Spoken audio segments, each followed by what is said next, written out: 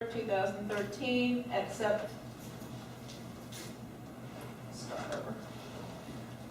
we'll call the meeting to order of the Unified Land Development Code Review Committee on Thursday, October 3rd, 2013 at 17:41. I'll ask the town, or I'll ask Carla to do the roll call. Yes, Chairman Standish, Here. Vice Chairman Davis, Here. Member Ryan, Here. Member Boren, Here. and let the record note that Beck Heislop is absent. We do expect him shortly. We'll acknowledge him when he does arrive. 2 minutes. I wasn't expecting to do too much. Okay, are there any additions, deletions, or corrections to the agenda? Just one, Madam Chair, I'd like to have an opportunity to provide an opening statement and work issue after we've done these minutes. Okay, and just remind me, please. Okay, just, okay. Do we have a motion to approve the agenda? So moved. Second. Second. All in favor? Aye. Okay, Here we go. let the record show Beck Hislop has arrived. The road was closed, sir. Is that all we need to do, Pearl? Just acknowledge that he has arrived? Okay.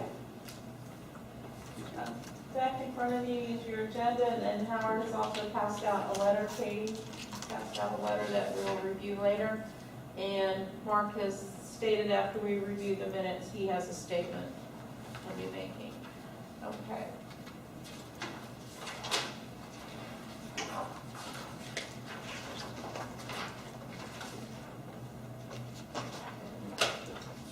I'm going to review, let's see, we are now on item 2 of the agenda. Yes. And is there a motion to approve the minutes? I make a motion to approve the minutes. Second. We have all minutes to approve first, don't we? Well, we're approving 2 sets of minutes, so I need to break it down that we're going to approve the set that was previously not approved from the other. I was just doing it as a whole. Do I need to break it down individually? That, I would say you need to break it down if there are going to be comments or corrections. well, that's, I need comments or corrections to the old set or the new set. Okay, so do we have a second? Second. Okay, all those in favor? Aye. Aye, motion approved, 5-0. Okay, item, is this where you want to make your statement? If I can, yes. Thank you, Madam Chair. I just wanted to advise the committee, number one, a couple of things. First, we'd like to conclude this meeting tonight at 8 if we can, and it's going to be clear why I'm asking for that issue. The big issue I wanted to bring to you is the fact that we are concerned, as you know, the creation of the Uldc Review Committee was done via a work authorization of the town management company. And the total authorization for the entire project was $16,475. We were only about $2,000 away from reaching that. And we did, when we costed it out, we did figure 18 meetings, which we're not close to yet. But a couple of things have happened. Number one, I think some of our meetings have gone inordinately longer than we thought, because I think to some extent we've been discussing some issues where we've maybe been over-discussing them, and they weren't really items identified as ULDC issues. That's the first thing.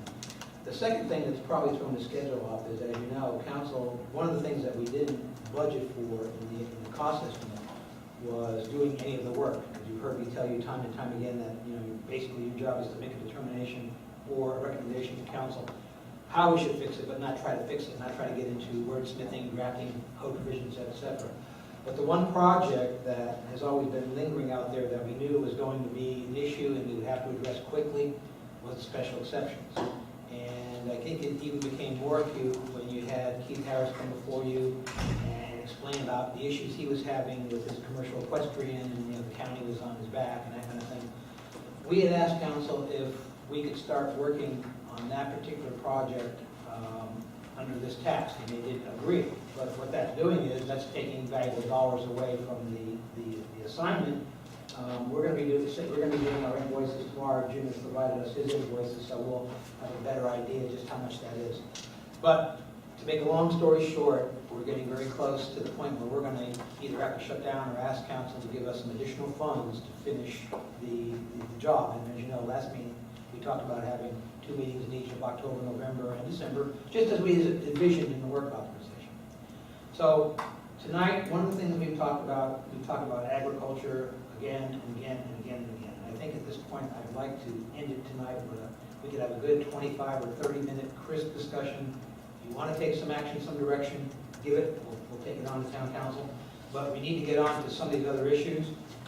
I will tell you that I've asked council at the last 3 or 4 meetings, since we're coming close to the sunset of the board, I asked council if there were any additional items that they wanted us to bring up.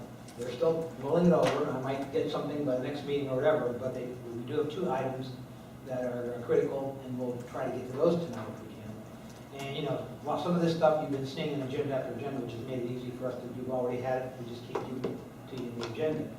But I think we're in a position where we can finish all this stuff off before the end of the year and talk about a couple more things. But if we keep going on debating points about agriculture, we're not going to get there. So that's why I think we need to kind of bring that to finality tonight. So with that, my thought is we can probably do the October 17th meeting, and I'll know for sure tomorrow we'll probably still be within the budget. But after that, the November meeting in town council, I'm going to have to raise this issue with them and ask them what they want to do. Do they want to allocate more funds, or just how do they want to go forward? And I'll be able to advise you where we're at with that issue. Do you have any questions of what I've kind of presented so far? I wholeheartedly agree. I think we should, I think we can come up with 5, 10 bullet points of the main things that we talked about agriculture that we think are important. Maybe you guys can come up with them, maybe we do them at the next meeting, maybe we do them now, and say this, that, and the other. The last few meetings, we kept beating the dead horse about agriculture is not supposed to be in the ULDC, but as we've discussed, it needs to be identified, because you can't say it's protected if it's not there. Am I right? I would agree with that. I mean, if you don't put that it's protected, well, this is protected, well, it is, well, it's not in there. Okay, well, I think what we'll do, So I think we beat that horse Okay. till the vultures aren't even eating it anymore. All right. And I think we need to just say, okay, these are the last little points we want to hit. And again, as I've said, we need to come up with okay, this is what we think the council should do, and go on with it and move on. Because I think there are some other things that are fairly important. Let me just make a comment. I think he's absolutely correct. And what I'm saying is this: if you think there's a problem with agriculture, all you have to do is take a motion and say, you know, to the town council, we recommend that council look at agriculture for these reasons, state the reasons, and then boom, you've given the council the input they need. It'll be up to them to decide whether, whatever time frame that is, if it's, you know, beginning of next year or whatever, what they want to do. okay, Howard? Okay, John? I got a couple things to say. First of all, to diverge from the agricultural point for 1 minute. I think, Mark, one of the points you're missing, and this is something that has bothered me all along, is that we will spend X amount of time going toward the resolution of a particular group of subjects, and then all of a sudden the next meeting, instead of being able to continue that, town council is throwing something new on us that they want us to look at, that we're not prepared to look at, that we're not educated on. And then we go through a whole educational process here, which is basically a waste of time because we can't really make any movement, and we never got to the other stuff that was kind of ready to be resolved. A perfect example is this flood management stuff, where I brought up the question, why are we even looking at this now? Okay, and all this just eats up time, and it's really bothered me, and I know you're limited to what you can say about it. But I kind of mentioned something about this to Councilman Jarrell. You know, we're making great progress towards stuff, and then all of a sudden the town council says, no, I want them to look at this, I want them to look at that, I want them to look at that, that's got to take priority. And then we got these new subjects that we're all babes in the woods about, and they're starting from scratch. And we, Good, one more, and then John. as far as agriculture being a dead horse, it's not a dead horse. We do- And let me finish. It doesn't have to be in there in any other way, shape, or form other than mentioning that we promote agriculture and we follow the Florida statute's relation to agriculture. A blanket statement similar to that short and sweet, is all we need. Perfect. And I think we're in agreement with Okay, that. John? Yeah, I think that if you guys had a chance or took the time to read that memo I put together, that's exactly where I'm coming from. That simple introductory statement is 3 lines, And I think that advice to staff, that you don't need to be consultants to solve everybody's agriculture questions, is very important.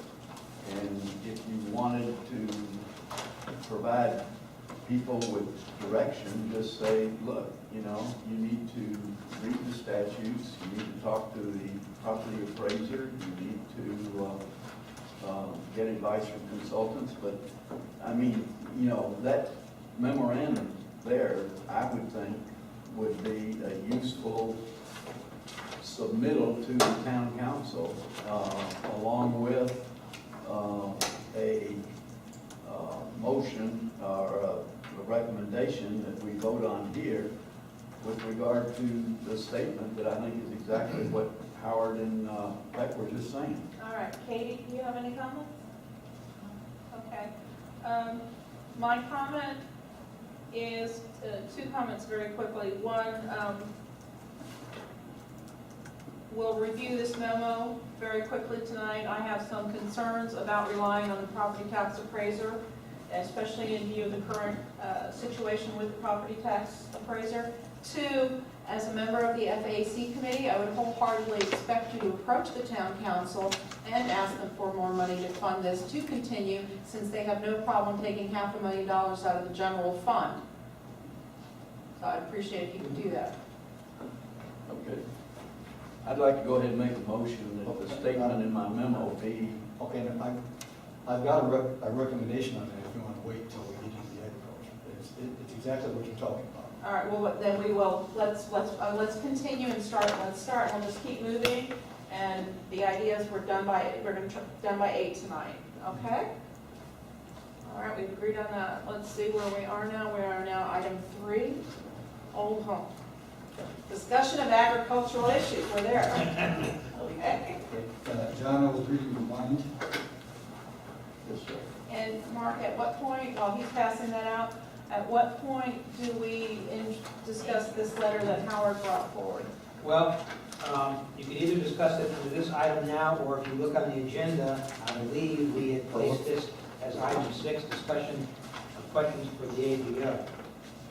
But again, you don't need a lot of discussion on that. You either vote that up or down, because you'd have to ask council, you ask the town attorney to make the request, if you're talking about an AGO opinion, so. This is section 5005, you copied this right from our ULDC book? Yeah, that section, that's one of the upfront sections in the ULDC. And it talks about the enforcement, interpretation, and purpose of the ULDC. And they have A through E, and I'm suggesting that we add F. And if you go to the next page, it's a paragraph of John's recommendation that we insert that paragraph into the ULDC in that place, or language similar to it based on our attorneys taking a look at it. I think that covers what you're saying. Yeah, that was the motion I was going to make. But I have a problem with the bond sentence in here. We haven't fully discussed the bond Where is issue. the bond sentence? In section F, the last two, basically the last long sentence above background. We've already got that in one of the town articles. Well, all I'm recommending is the circle there. Just the I'm in circle. Yeah, just where it says F and I have the circle. Okay, all right, so I want to make sure what you're, Or language that essentially states that based on some input from the town attorney. and how do you, just hold on a second back. And you're saying applicable state statutes? Appropriate. Oh, I'm sorry. Right after Applicable. Applicable is, what applies. That's exactly the right word. We're not picking and choosing state statutes here when we use that terminology? No.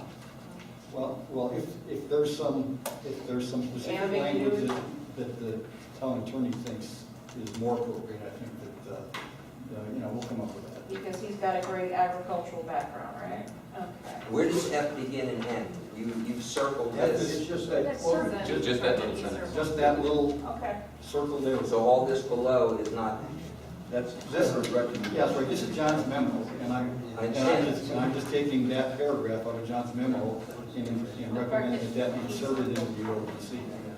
All right, Beck, okay, Beck, and then Howard. Beck was not finished. Okay, I wanted to get that straight then. The next paragraph where it talks about the bond and all that, is that not something you recommend or do recommend for? Well, not at this point. I mean, I wanted to address the issue that the committee wants to have some language, general language in there that says that the state statutes are the governing laws as far as agriculture goes. All right.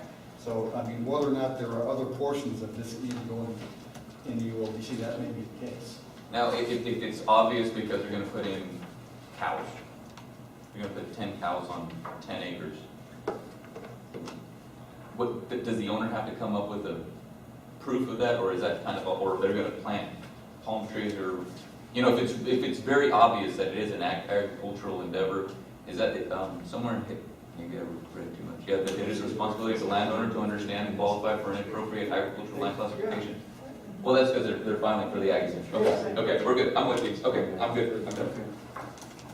Howard, you're up. Okay, I have no problem with that circled quote in F with the first half of it.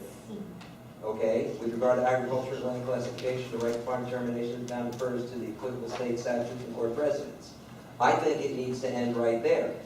Okay, if you want to say it's a responsibility of the landowner to understand and qualify, I mean, that would be a given. It's not the town's responsibility, it's a responsibility of the landowner. And as the sentence continue, it seems to allude that you need the associated tax benefits in order to qualify for the Right to Farm Act, and that's something we can argue about for the next 23 hours. Okay, so the first sentence says it all, and the town doesn't need to go further.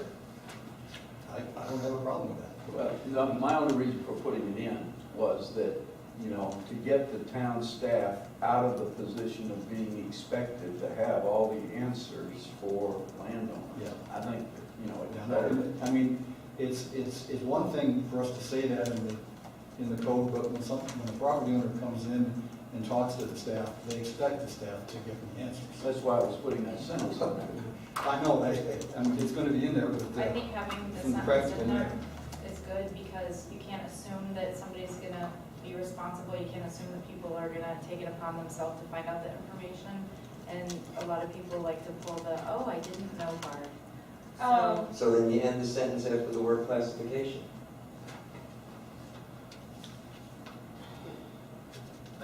That's fine. Okay. Okay.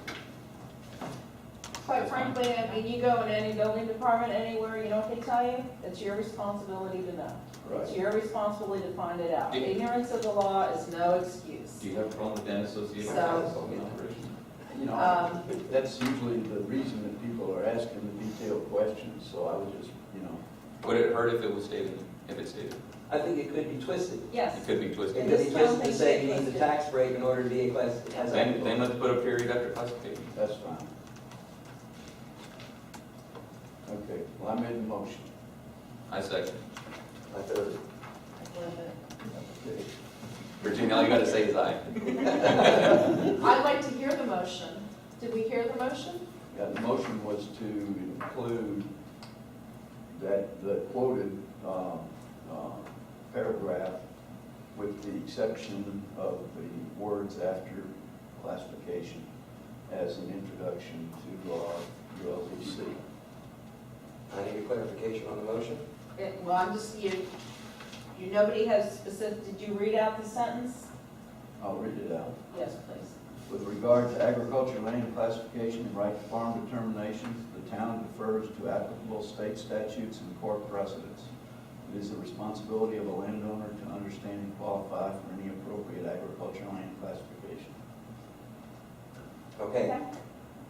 I believe the motion, and correct me if I'm wrong, needs to be that references to agriculture will be eliminated from the ULDC and replaced with this. That was the whole idea of putting this in there, not as an addition to, but in lieu of. And that has not been part of the motion. I think that'll be the second motion. That's I nice agree. discussion. Okay, but one comes, we're putting the, Can we ask for your all's opinion on that? I believe it would be a separate motion, and again, I'm going to raise the issue, if you follow that tack, then I don't think you have an ag residential community anymore, I think you have a residential community. I'd like to see legal proof of that, because to me, that's the most ludicrous thing I ever heard of. If it's not supposed to be in the ULDC, your zoning was there Who before your says that, Howard? ULDC You was. keep saying that, but who says that? Who- Oh, no, I'm asking What do you you, have that who says says what you agriculture say? should not be in the ULDCs? Is the, okay, does this have, letter have? Over and over again, it Where does it alludes say that? to Show that. me. I want to know what your vested interest is in keeping it in there come hell or high water. We Because have a that seems zoning to appear district what's called going on. agricultural residential. If you remove the ag, it's residential.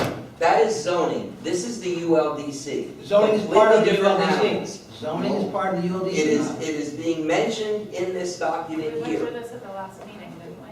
Yes. Okay, let We me, went through the let me, last meeting and he made a blank statement. let me just clarify, I realize we have a motion, John, on the floor, I understand that. I thought we already voted. I didn't vote. I didn't say a word because it was not clear. Real quick, Virginia. There seems to be a conflict here real quick, and I think it can be resolved quick. Howard wants ag taken out of the ULDC. In which form, Howard? I mean, do you not even want the definition of agriculture to be in the ULDC? This page that we were given is fine. Okay, but so where do you want to take it out? It needs to be defined somewhere, Everywhere else. not even in the definition. So you want to take it out of permitted uses as well? No, not taking out of permitted uses. No. But whether or not the town. You're saying all, No, Howard. because the town cannot permit, if you say you can permit something, you are alluding to the fact that you can disallow it if you wish. You cannot give me permission to speak my mind. That's my right as a citizen.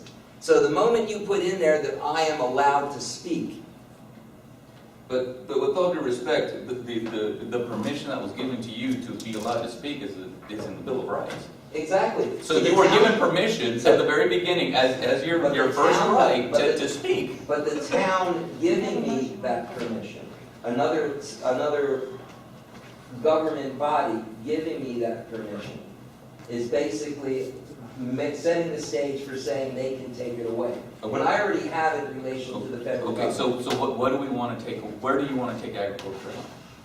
In the definitions, do you want to take it out in where it says ag residential? Do you want to take it out in? No, agriculture will stay in this document. When we go to definitions, we put as defined by Florida statutes. Okay, may I explain to you my concern why I didn't vote, and I think it has something to do with this. The motion is on the floor, we have a motion. We also have a comment from the public, and my question is, before we vote, do we need to hear from the public? Well, you may remember, we kind of deviated. When we started off, we weren't going to have public comments during every issue. I We were understand. limited to one, so Right. if And you want to but- allow it, go ahead. Okay, but very quickly, I will explain to you my concern here.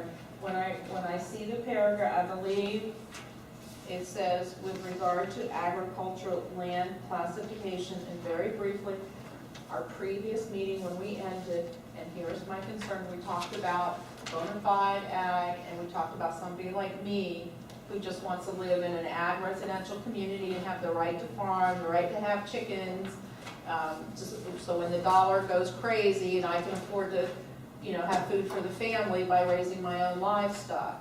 What I want to know with regard to agricultural land classifications, will I need an agricultural land classification to have personal livestock on my property?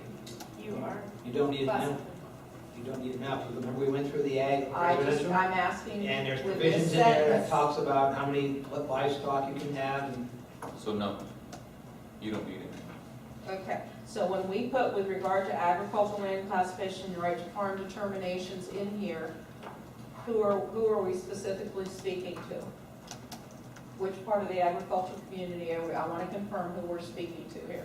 I think you're speaking to everybody. You don't, I don't know how to answer that question. I mean, the book is designed to anybody who wants to use it, read it up. Whatever it says in the statutes.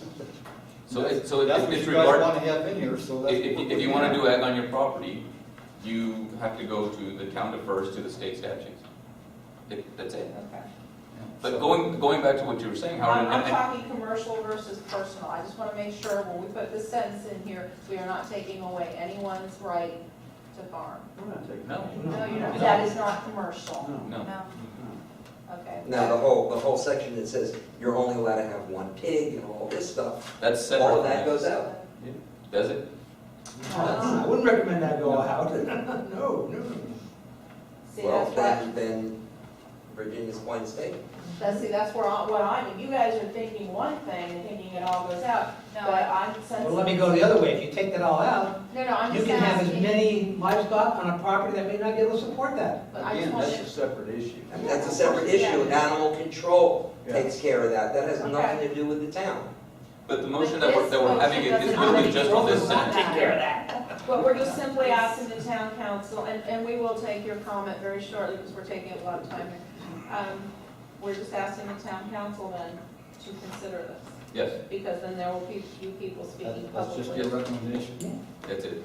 The issue that was brought up several times at the council meetings, and Mayor Brown spoke to it, was that somebody that wants to do something like Virginia is talking about should not be forced to set up a bona fide farm in order to be able to have Right. 4 pigs instead of just I 1. understand. And if you're allowed to do that on your acreage, if you're a bona fide commercial farm, then you should be allowed to do it if you're a hobbyist. So this whole thing of you're only allowed to have 1 pig on 5 acres and so many cows and on and on and on, none of that, if it should not be in there for commercial enterprises, then according to what the town council felt and the mayor felt, then it shouldn't be forced on the people that Virginia is trying to represent here.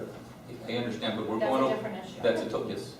And we've discussed it, and I think Well, the now issue we're is gonna run out of time. What we leave in for agriculture. Okay. Okay, and then. It's 2 issues. I mean, let's just That's go ahead fine, and we can talk about it. And then, just to expand on this letter, because I'm reading from the Department of Agriculture here, the last page, in the conclusion, referring to the expansion of this exemption to include farm buildings, fences, and signs that demonstrates the intent of the legislature to make clear that not only are agricultural activities such as plowing, planting, grading, and harvesting exempt from land development regulations, but non-residential farm buildings, farm fences, farm signs are also exempt from land development regulations. Entirely separate It's issue. absolutely true. Okay, I just, don't disagree with that. Yeah. Yeah, that's covered under this statement. You gotta remember, this letter was written back in November when Mike originally asked for the AGO as it related Right. to 60450. right, I'm just as it covering related all to the fences. bases, Mark, so Right. nobody says we didn't, we didn't touch each point on this. Okay, Mr. Lefkowitz?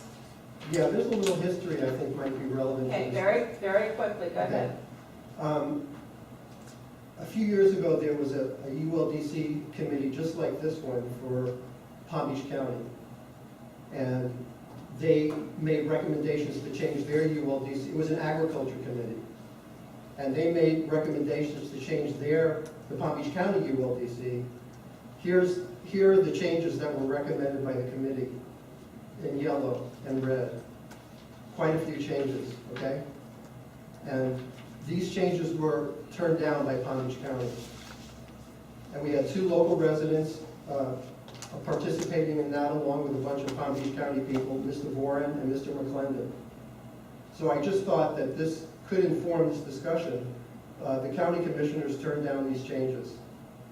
So I'm going to give you the copy of this, so you can take a look at it. And with all respect to the county commissioners, I'm just, I'm I'm just my not comment, making any judgments on it. no, but I will make a statement in regard to the county commissioners. okay. They're basically running a metropolis. There's very little ag left. I understand that. And I'm we are now not, surrounded by development. right. So the point I want to make here to this committee and to this community in this town is the developers are after this town. You need to protect what you have left in this town because it's going to be gone in an instant if you don't. So that's why I'm making sure both commercial and the private individual has the right to farm, because otherwise we are all going to be just condos and apartments and townhouses. Let's stick on the point as to what the motion was. We're looking for a simple, straightforward. All right, let's go, and absolutely in front of town council, and then I'll be the first one at the town meeting if there's anything that comes out. All right, we got a In another motion. direction. We're gonna vote. Did Nina, did you have a comment? Oh, Oh, I'm sorry, Nina, I apologize, go ahead. Nina Horning, E-Road. Just to go back a second here, the whole reason why this came up was because the ULDCs, when they were written, weren't written ag-friendly. And that ended up being a problem for various people, some of them being classified, some of them not. And I think with the classified, agriculturally classified properties, it was brought as far as asking the AGO for an opinion.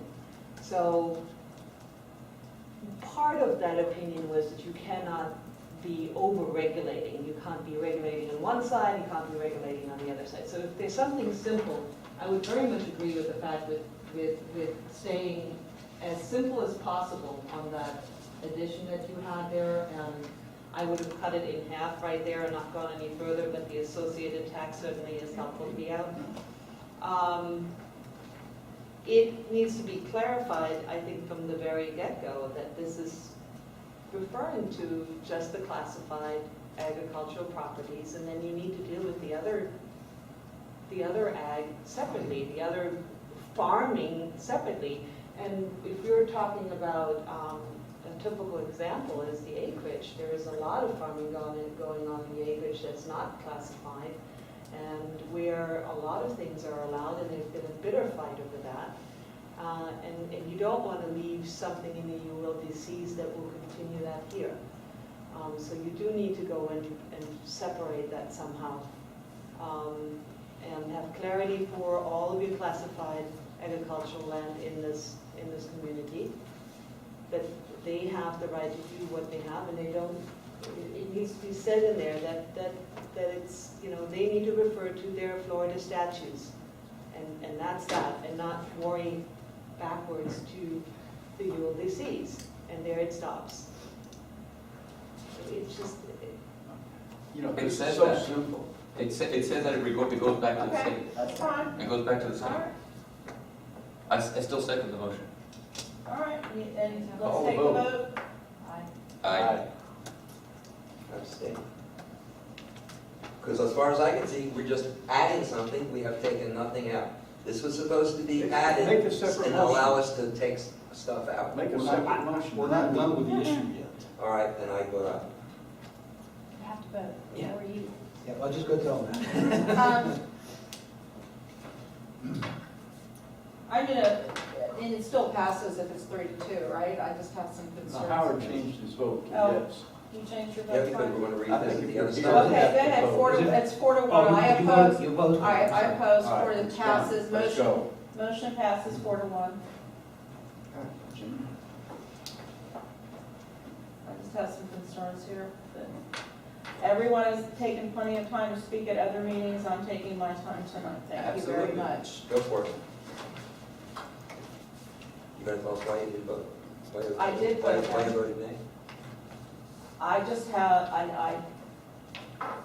has concerns. She's got an issue with it. You don't have to. I don't have to, None of you have to say why you're. No, I mean, all no. right, go ahead, all right, let's, Okay, ready for the rest of it? Okay. Now, at the meeting last month, I handed out copies of the town's ULDC, all of the sections that have any references to agriculture in them.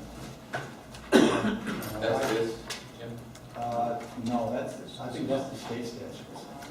Yeah, well, Well, we're we're not not getting last week. I'm not suggesting that we go through it tonight, because we want to speed it up, but what I'm suggesting is a way for us to do this. And hopefully, you guys can do some homework, and we can come back next time, zip through this real quickly, and do one of 4 things to each of the sections here that deals with agriculture. And I'm suggesting that look at the areas that we've highlighted in yellow. Make a recommendation as to whether or not you want them totally deleted from the code, whether or not you would like to see them consolidated in one section in the code. That would be in section 65, which is agriculture. Whether or not you would like to see them taken out of the code and us create another ordinance, agriculture, or whether or not you want to have specific revisions to the text. I'm suggesting each. Did you each just of say these- another ordinance? Well, He's giving you 4 alternatives, and I said Right. even a fifth, which is do nothing, so. Right, and I just thought I heard you say the word ordinance, so. well, I did, because there's been a lot of talk about agriculture should not be in the ULDC. Right, So we can take it out entirely and just junk it all. Or we can take out the agricultural pieces that we want to keep and put it in a separate ordinance that's not the ULDC. Weren't we supposed to do that this time? Well, I mean, if everybody was ready to do it, but I didn't think everybody was. No, Plus we wait a minute, I don't even think that was the direction from council, though. I think what Jim is trying to do to help us get off the issue. Right, he's you were giving trying- He's giving you a recommendation with a number of alternatives. and the tools to, and the 4 Yeah, things, yeah. so we can review the video. Go through the, well, not necessarily video, just No, go I'm through telling you this. that, no, I'm just Yeah. saying to refresh our memories of what's being Yeah. said here. Yeah, go through this handout, look at the highlighted areas in yellow, and decide individually what you want to do with them. You want to scrap them? You want to revise them? You want to move them all to one section? Or do you want to take them all out and create an agricultural ordinance? And that'll give us the ability, I think, quickly to run through the entire code and say yes, no, or what we want to do with each section that relates to agriculture. When are we going to do that? Next time we meet. That would be in 2 weeks. 17. I'm fine with that. My understanding was we were going to do it this week. What we're trying to do I don't is, think everybody's ready, that's. what we're trying to do is finish the discussion, and then just come back and tell us if you prefer one of those methods. As a quick question, what is this about now? That's the state statutes. That's a reference. They tried to email that to us, we had asked for that. That's Well, right. what are you asking me to do with this, is what I'm saying? We asked for That's just that. that's just a reference, that's just a reference document. And I think that document, when somebody comes into the office and says, has a question on agriculture, and we say, oh, well, it's up to you to research the statutes, at least we'll have this book of statutes that we can give them and say, okay, here's where you start. I mean, we can help them out that way. We talked about a white paper, you may remember, but staff hasn't even gotten even close to trying to put that Yeah, together. I think what Jim put together the last time to hand out to us was useful because the way, let me ask you if I've interpreted it correctly. This is, you're going through our ULDC and picking out all of the articles and where those articles deal with agriculture. Well, Right, that's true. pages 1 through 7, That's the- right? That's the state statutes, that's not the ULDC. No, yeah, No, John, you're asking about the ULDC. Yeah, On that thing you gave us last, yes, that you gave us last. Yeah, right. that's So, I mean, once we've gotten that, we can focus on what I think is the confusion that we want to avoid, like I think Howard and Beck and everybody else, because once we start picking and choosing things with regard to agriculture that we want to define or pick a state definition here and another state definition there, which is not necessarily consistent, we're creating our own problems, I think. that's all what we were trying to avoid by, I understand that's why your sentence is what you were hoping to avoid by your sentence. Correct. I understand that. I just have one other separate issue, which I'll bring up when we get to this at the next meeting. Right. But I understand what you're trying to say, and this should eliminate it, that paragraph that y'all voted on. And Madam Chair, let me just make one statement, because I want to make sure there are no misconceptions about what we're dealing with, because Howard made a comment when I said earlier about the ag residential before that zoning. What the Unified Land Development Code is, previously to 1985, in the Growth Management Act, most municipal governments and cities and counties had a series of codes that were development related. They would have a zoning ordinance, they would have a subdivision ordinance, they would probably have environmental protection, stormwater protection, streets and Concurrency. sidewalks. They would probably have anywhere from a dozen codes that would deal with land development type items. In 1985, the legislature, when they amended the Growth Management Act, they said, one of the things you should do after you adopt your comprehensive plan is put all your codes into a unified land development code. And most of the municipalities and most of the counties in the state have done that. There are still a few that didn't do that. So your land development code has zoning, it has subdivision requirements, it has environmental protection, like what we're looking at tonight. It has all these things. That's why you got the reaction from staff when there was this comment, oh, just take ag out of it. Well, you can't do that, that's too much of a blanket statement, because there are some We're codes just that are getting deal with it. even with you, Mark. We're just getting even. Anyway, I wanted to understand, Unified Land Development Code has all that and more. So, So just because it says development code does not necessarily mean. it's a misnomer, it throws you off with that, because of the word development being in there. Exactly right. And you can choose to go along with that or not. Madam Chairman, there's two sections in here that, in my going through it again today, I didn't highlight that I'd like to just What point pages out. are those? Which one, ULCC or the council or the It's- state? It's the town's ULDC, okay? That he handed out last time, right? Yeah. Correct? And it's section 20-30. Go slow, because it's Yeah. on page number. Yeah, if you can find 20-30, Okay, it's not under definitions, right? So we No. look No, at the no, whole that's first right, little right. page. Which remind me, Jim, I wanted to ask you about something in the definition section, 20-30. Plot coverage, yeah, 20-30, Friends D, Friends 2. I'm sorry, Friends two, Friends D, capital D 2.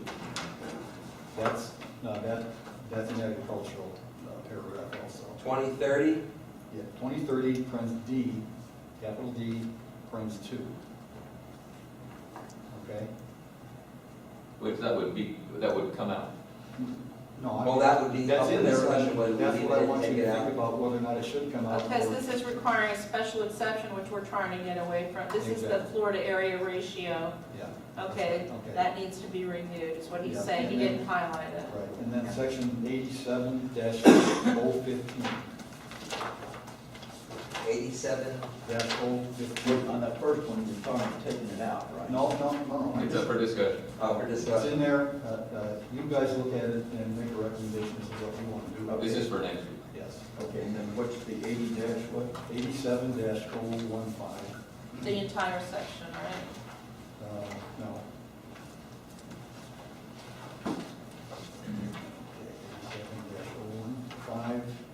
87-015, Friends C, Friends 1. 87015 is permitted, exempt, and prohibited activities. C, were you going to C in 1? C1, Okay.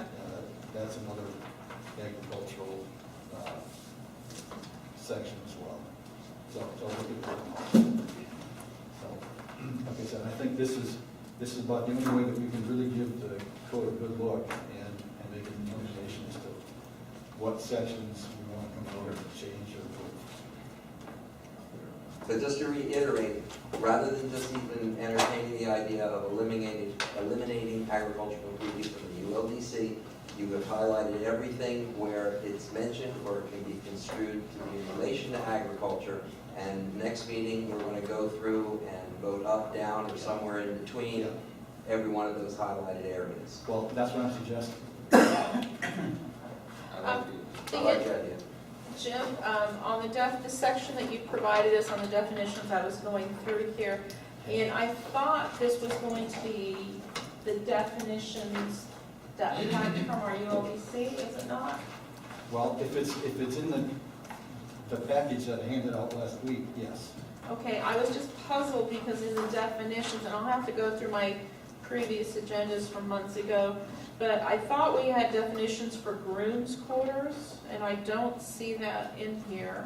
It was just something that caught my eye. I thought I we had, thought we took that out. we had mixed them in with caretakers, hadn't we? Yeah. Right, well, no, but we haven't made any, we discussed that, but you have not officially made that change yet, have you? No, what we've done is, I gave a general recommendation to Right. council, what we talked about relative Right. to definitions. But when we give them the final summary report about the board's activities, Right, we're going to be going detail by detail as to every Okay. recommendation you made relative to a definition. okay, I would like to just bring, right now at this point, we're looking at definitions very quickly, bring to your attention on grooms quarters. I would like to strongly advise that groom quarters needs to stay in as a definition because it affects whether a barn has, Horses. no, building code issues. It's important. As opposed to caretakers? Yeah, because of, She's right. there is an issue, And I think we need to make sure that grooms quarters. My recollection on this, Jim just reminded me, we have grooms quarters in the AR district, we don't have a definition. I think what our action was, I have to go back and look at the minutes, our action was to add a definition to cover grooms quarters. Yeah, we had talked about eliminating it first, and then, yes, I just want to make sure we are adding it back in, because it has building code implications, and it's important to have it. You mean to have a groom's quarters in the form? Right, so we need to have a definition of grooms quarters. And then what was the other one, because we'll be coming back next week, you know, the one I'm famous for beating you up on, the number of stalls for a barn, what was that one for? The 18 stalls or something? Oh, that in commercial equestrian operation? Yeah, Okay. but we had talked about getting rid of that, so Right, I just want to make sure when we come back Well- next Well, meeting. what we have so far is we're recommending it become a permitted use, not a special exception. Okay, and number of stalls will not be an issue. Well, but hold on. No, hold on, because when we were talking about that, if I remember correctly, we were saying that a commercial equestrian activity is an agricultural activity. Right, So there's not even a permitted use, or it's ag. So Exactly. by definition, it's permitted. okay, that's It just. shouldn't be defined separately. That's why we thought we had kicked completely commercial equestrian activity out of the ULDC, because it was part of ag. That's just one clarification issue, I want to make sure, because everyone was Okay, strong that- about I that. thought it was going to special exception of permitted use. Yeah, that's, That's before we discussed removing ag from But ULDC. Howard, so actually, again, in zoning, you have to have what's permitted and not permitted, you just can't totally wipe it out, and, because I'm gonna tell you, most folks in the municipal operation are gonna look at it and go, that use is not permitted. No, You're but- gonna go, oh, but it is. But isn't commercial equestrian ag? And if it is ag, then it's Yes. permitted under ag. okay, the way we I'm address. asking if it's a yes or no. You gotta have something in your code or recognize. Okay, then for Otherwise, you're example, putting staff in a position of enforcing all the Florida statutes. I got it, but we don't have commercial Hay growing. aviary or a commercial nursery or commercial earthworm. Okay, the way we addressed it was that this committee addressed it when we were taking up the issue of special exceptions. Mhm. Under the issue of special exceptions, it currently requires a special exception. We took it out of that. You took it out of that, and then we said that, okay, later on, when we're gonna be addressing sections in the ULDC, which we're doing here, next week, Okay, if you want to recommend Okay. take it out, that's the time. okay.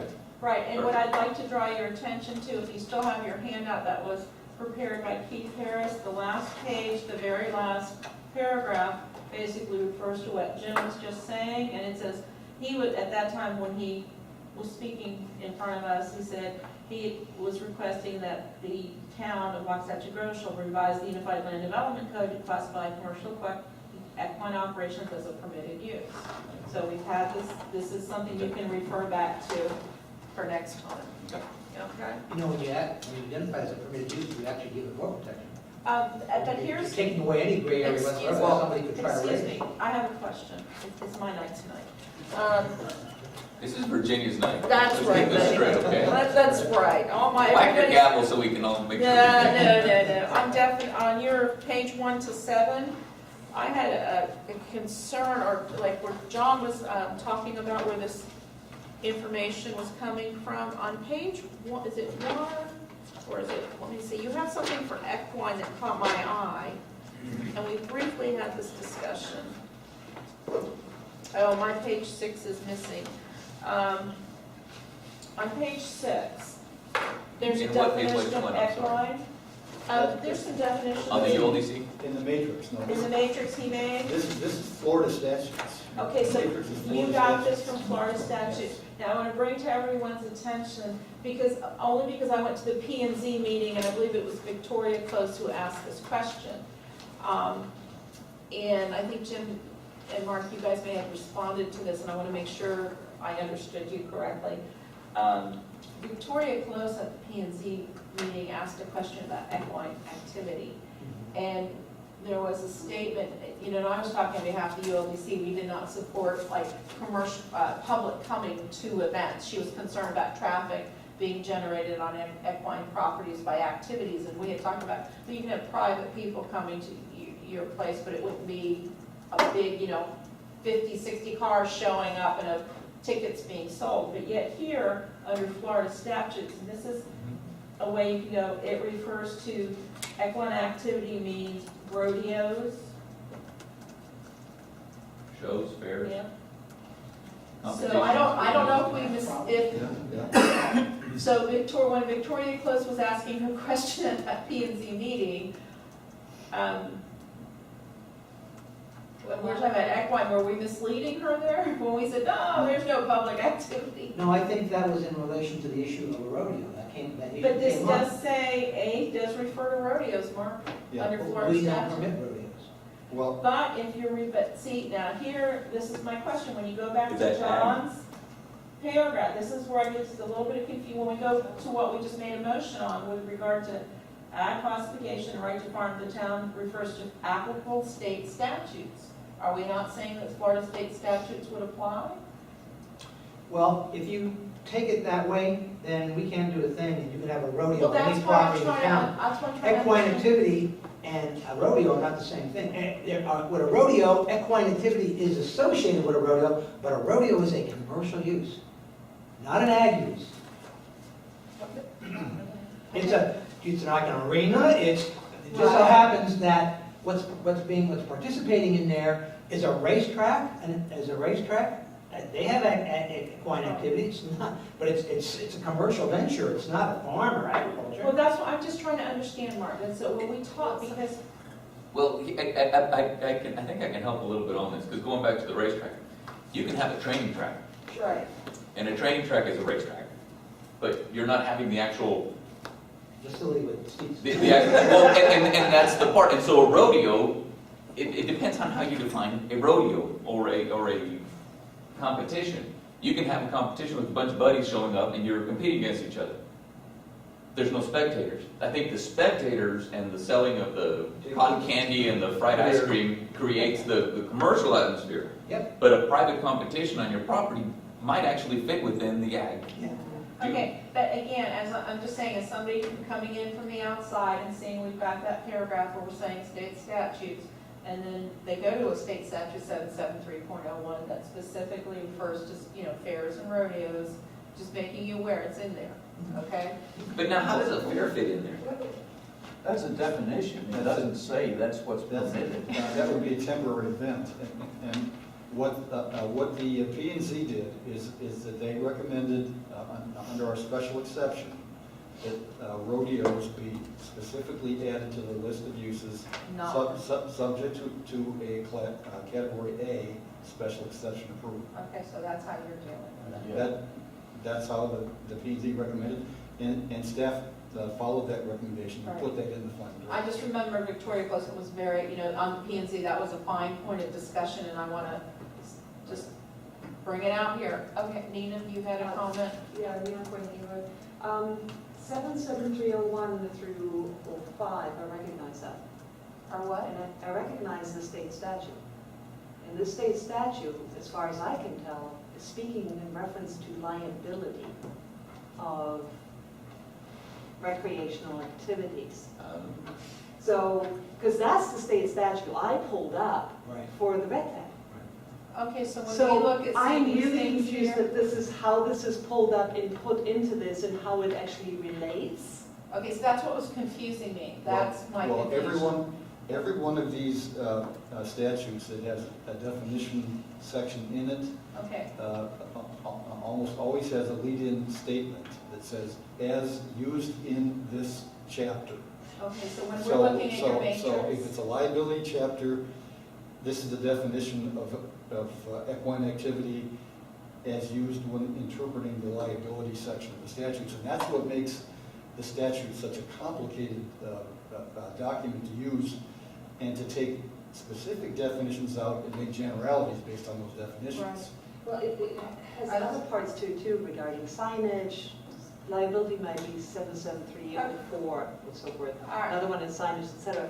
But I think that it's very confusing if you're going to go and pull a definition up like this for this particular use. You guys are going to all go haywire. well, that's why I'm trying to clarify with Jim. When we go back, because we're going to be prepared in 2 weeks to come back to you, and we're using this matrix. So that just threw me off. Well, no. Yes, John, it's throwing me off. Okay, when I see No, this I'm not out saying, of I'm not context. saying that we need to take stuff out of this matrix. All I did was put together a matrix that has all of the definitions I could find Okay. of agriculture in the state statutes. And my main point was to illustrate how many statutes there are and how many different definitions, very often of the same term. And that makes it complicated for anybody to use. Okay, I So just wanna- because it's in here doesn't mean that it's gonna be applied to. It's what we're it's gonna be supporting, used. that's what, thank you, Becky, that's exactly what my concern is. It's a definition. And if I can, I just want to make one quick statement. I mean, I think, some members of the committee may think that we're regulatory and development happy, we want to regulate ag and all these uses, and that's not the case. What we're telling you is, the regulations in place are there to protect the community. And the way I mean that is that one of the main reasons for zoning is the protection of property values. If Nina's okay, I'll use her example. She's got a use right next to her right now that she's tracking, and we're watching, because the fear is the guy wants to do a rodeo. Now, if you take all ag out, you take all those things out, we will be like a toothless tiger because we won't be able to do anything. He can put his rodeo in, and then nearby property owners' property values may suffer. That's a statement. We're trying to protect everybody, not hurt people. Okay, one thing, and John, or Howard and then John, in interest though, when you do have rules, what I've noticed too is it can be a selective enforcement issue. And in that particular property, because I drive by it every day, I mean, that guy is probably taking out things he wasn't supposed to take out. So, I mean, it's not a tough issue, it's not enforced 100%. The guy's getting away with stuff, or everybody gets away with stuff all the time. So I'm looking at this town, like when we brought up the bond thing, half this town is gone. There's very little left to clear. So, in the agriculture, just so you know, John, why I'm questioning the bond, because at this point, it would only affect a few properties, and I would question who are we really penalizing? And So in that's fact, how and if we tried to, I'm sure we would have got skewered for doing that. Right, anyway, okay, Howard, John? I'm a proponent of what Mark put out there. I've always said regulation can be protective. However, my issue where what you were talking about, commercial equestrian facilities, I don't believe it should be in there because I don't believe it should be pulled out and segregated. Because the moment you start pulling out all these different cultural things with agriculture, then you are selecting what you permit and what you don't, and then somebody's going to come along and say, well, all of these things say permitted, how come you don't have it, it's permitted to grow hay, so I guess you're not allowed to grow hay. Basically, all these things, in my opinion, need to go out because they're all commercial agriculture, and what needs to be put in there is anything considered agriculture by the Florida Department of Agriculture is permitted within the town of Waxahachie Groves. And therefore, we're not picking and choosing what to put in there or looking in hindsight and saying, oh, we forgot to mention this and forgot to mention that. By that blanket statement, you protected one class, which is agriculture, and you totally affected another class, which is residential, which is part of that district. So, Do you not have residential properties that have nothing to do with agriculture? They have a right to exist in So the how town, does and not be picking and impacted. choosing each culture you're going to Okay. put in as permitted do better? Howard, we have to remember to, and John will get to in a second, but there's the thing that there's a balance, and it's where we had Katie recognized as a real estate professional, that you have to be aware you are moving into an agricultural community.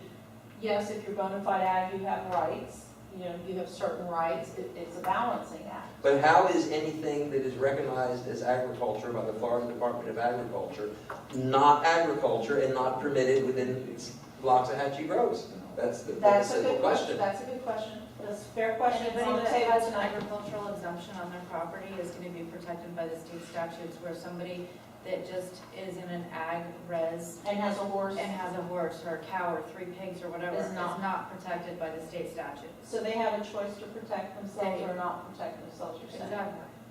You don't protect yourselves necessarily, and John will argue against this, by going to the property appraiser's office. If you have a I didn't cornfield, say anything you're about still the property. agriculture. Oh, we're not, I we're not didn't- encouraged, I okay. just said, Okay, I was gonna say, since we were talking about the risk of rodeo activity as a neighbor and whether that's commercial and so on, it sticks in my mind that a couple of years ago, Larry, didn't you have an issue with your neighbor who was? We had a horrible horrible situation. Neighbor bought 20 acres. We said hello to him. He said, we're gonna put rodeos here. He said, we're gonna have live music and speakers all over our property. He did have it. And he did, right? So I got calls from people 3 miles away, Yes. said, I hear the music. And he said, if you don't like it, come on over. And I said, I live here, I don't wanna come over. He said, go to a hotel on the days we have the rodeo. And that was a nightmare. Our windows literally vibrated until like 1 o'clock, all the time. Right. Okay, so we've had our motion, we've had a discussion, we know what we're coming back in 2 weeks. You've clarified for me the matrix, and I appreciate that. I had a concern about what the matrix was representing, and I appreciate you going through that. Okay, so are we ready to move on to item 2? We are, Madam Chair, and if I could indulge you with I'm going to give you a report on that, and then we're going to wrap up 2. And then after that, if we can, if the committees, I know this is not going to make Howard happy, but I mentioned earlier in my opening statement, council has added 2 things they want us to look at, and they're kind of time sensitive. If we could hit those, I would appreciate that, so if that's okay. Sure. Go. All right, on item 2. Fantastic, Al. On item 2, the final update regarding the flood insurance rate maps and floodplain ordinance. Well, you may remember the reason that it was before you was because we had to potentially make a decision, and it was a time-sensitive issue. In September, FEMA was intending to bring their flood maps forward and to go through the public process of the adoption of the firm maps, flood insurance rate maps.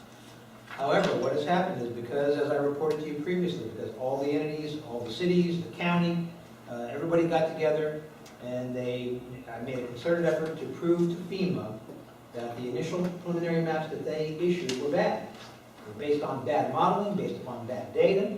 We had most of the experts that deal with flood mapping and those kinds of things provided the input. We were able to, and our legislative delegation got involved, and we were able to get an extension from FEMA to November 30th. And what the county and the cities are doing now in Palm Beach County is we're working on it on a month-by-month basis. They're attacking the modeling, and they're attacking the data. Southwest Water Management District is doing a major restudy of the C-51 basin. All these things we're hoping is going to help us, but what it's going to probably do is set that whole process back another 6 to 8 months. The deadline right now to continue the issue on the dialogue and modeling is November 30th, and then it's probably going to take 6 to 8 months before we know what's going to be happening with the maps. So the decision as far as what this committee has to make right now is really off the table. At some point, it will come up to the town.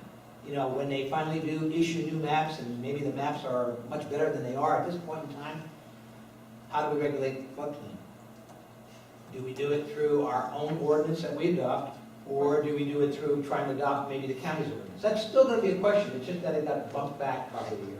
It's the same question you asked. Yeah, and with that, we don't need to discuss this anymore. We're done. All right, so we're finished with item 2. Moving on to item 3, pain management. Well, we're going to do the 2 other items first. Oh, what other, I'm sorry, what other 2? 2 items came up at the, you already talked about this, about the first item, and that is the issue of, you may remember Mr. Klein and amending the residential enterprise to take out the issue of no foot traffic to. Oh, that's not item 8? I'm sorry, I thought it was item 8. That's what confused me. Okay. Well, it is item 8, but we'll never get to it if it's Okay, item no, 8. go ahead, That's go the reason ahead. why. I'm sorry, I should have indicated that. What ended up happening Tuesday night was council voted against the ordinance again by a 5-0 vote. And there was a lot of discussion, but what they did is they asked staff to again come back to the Unified Land Development Code. Why? Well, I'm not going to get to that. Just some further history. When this thing was being discussed in April, I was asked by a council member to provide a memorandum to the council of input relative to the issue.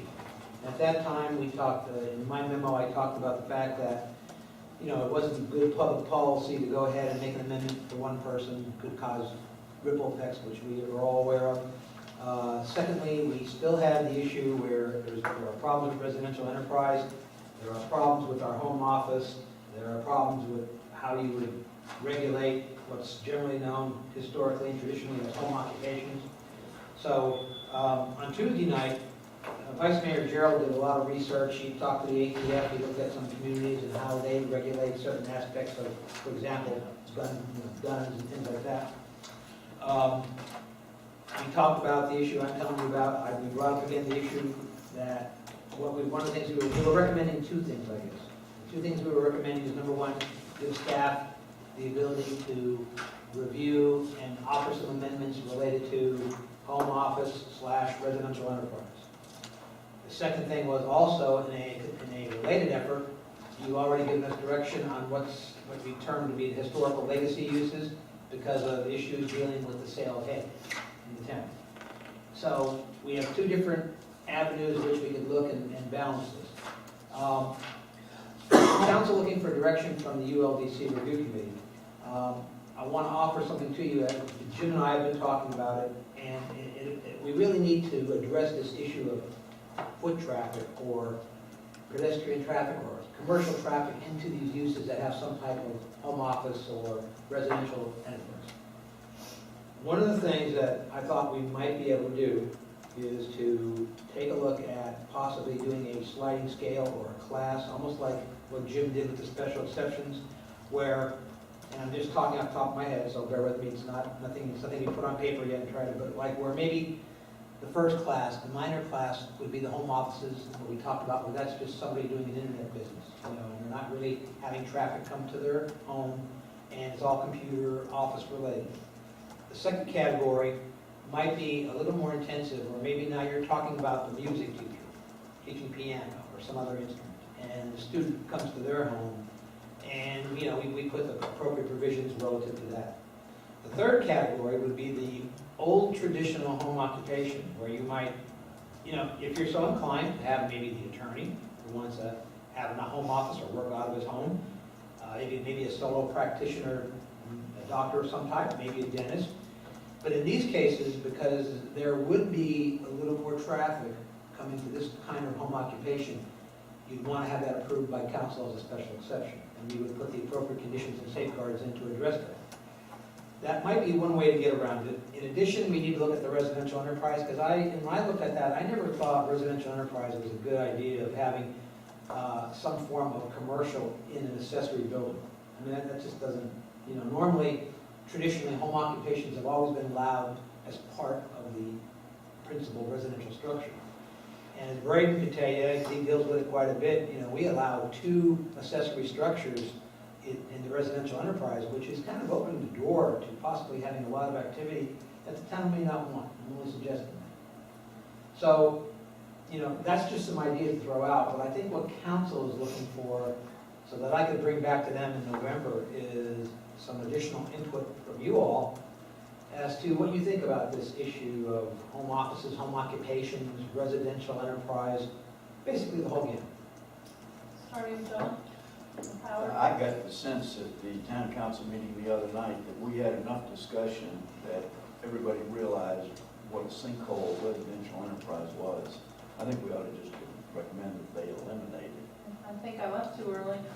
I thought we had resolved it. Yeah, eliminate residential enterprise and just focus on home occupation. That's one alternative. And, let's get out of the quagmire, because there's no way to fix something that's that badly broken. Basic, again, Howard? I agree with what John says. I think we need to completely segregate residential enterprise from home occupation. Home occupation takes place within the person's home. And in fact, could even handle Billy Klein, the gun dealer, okay? By the way, I did some research over the last few days, and the American Disabilities Act is basically, at least New York courts have held that it's not applicable if it's an appointment-only situation. This was adjudicated for dental offices that people had in their home because it was appointment only. Nothing had to be changed with the structure. So we wouldn't have to worry about that. Residential enterprise is fine as long as nobody's coming. I don't think anybody has an issue with Well, that. the problem with Billy Klein is ATF. ATF pretty much dictates you have to have a brick and mortar store. I spoke with Ron Gerald about that at length, and it turns out that they have calmed down.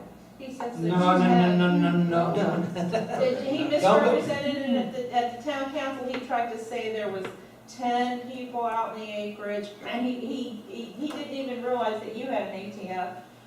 If I can, let me Yes, have Braden address that, because he actually spoke with Lisa, who is actually the supervisor of ATF. Oh, this area, please. And he can tell you exactly what she said. It's not I followed up, Well, when did you speak with them? Monday. yeah, Monday. Okay, Mhm. And I basically was asking what the nature of the phone call was with the councilman, and asked if something had been worked out, and she indicated that from her end, it's not on her to draw conclusions from what our law says. So what's on paper is what's on paper.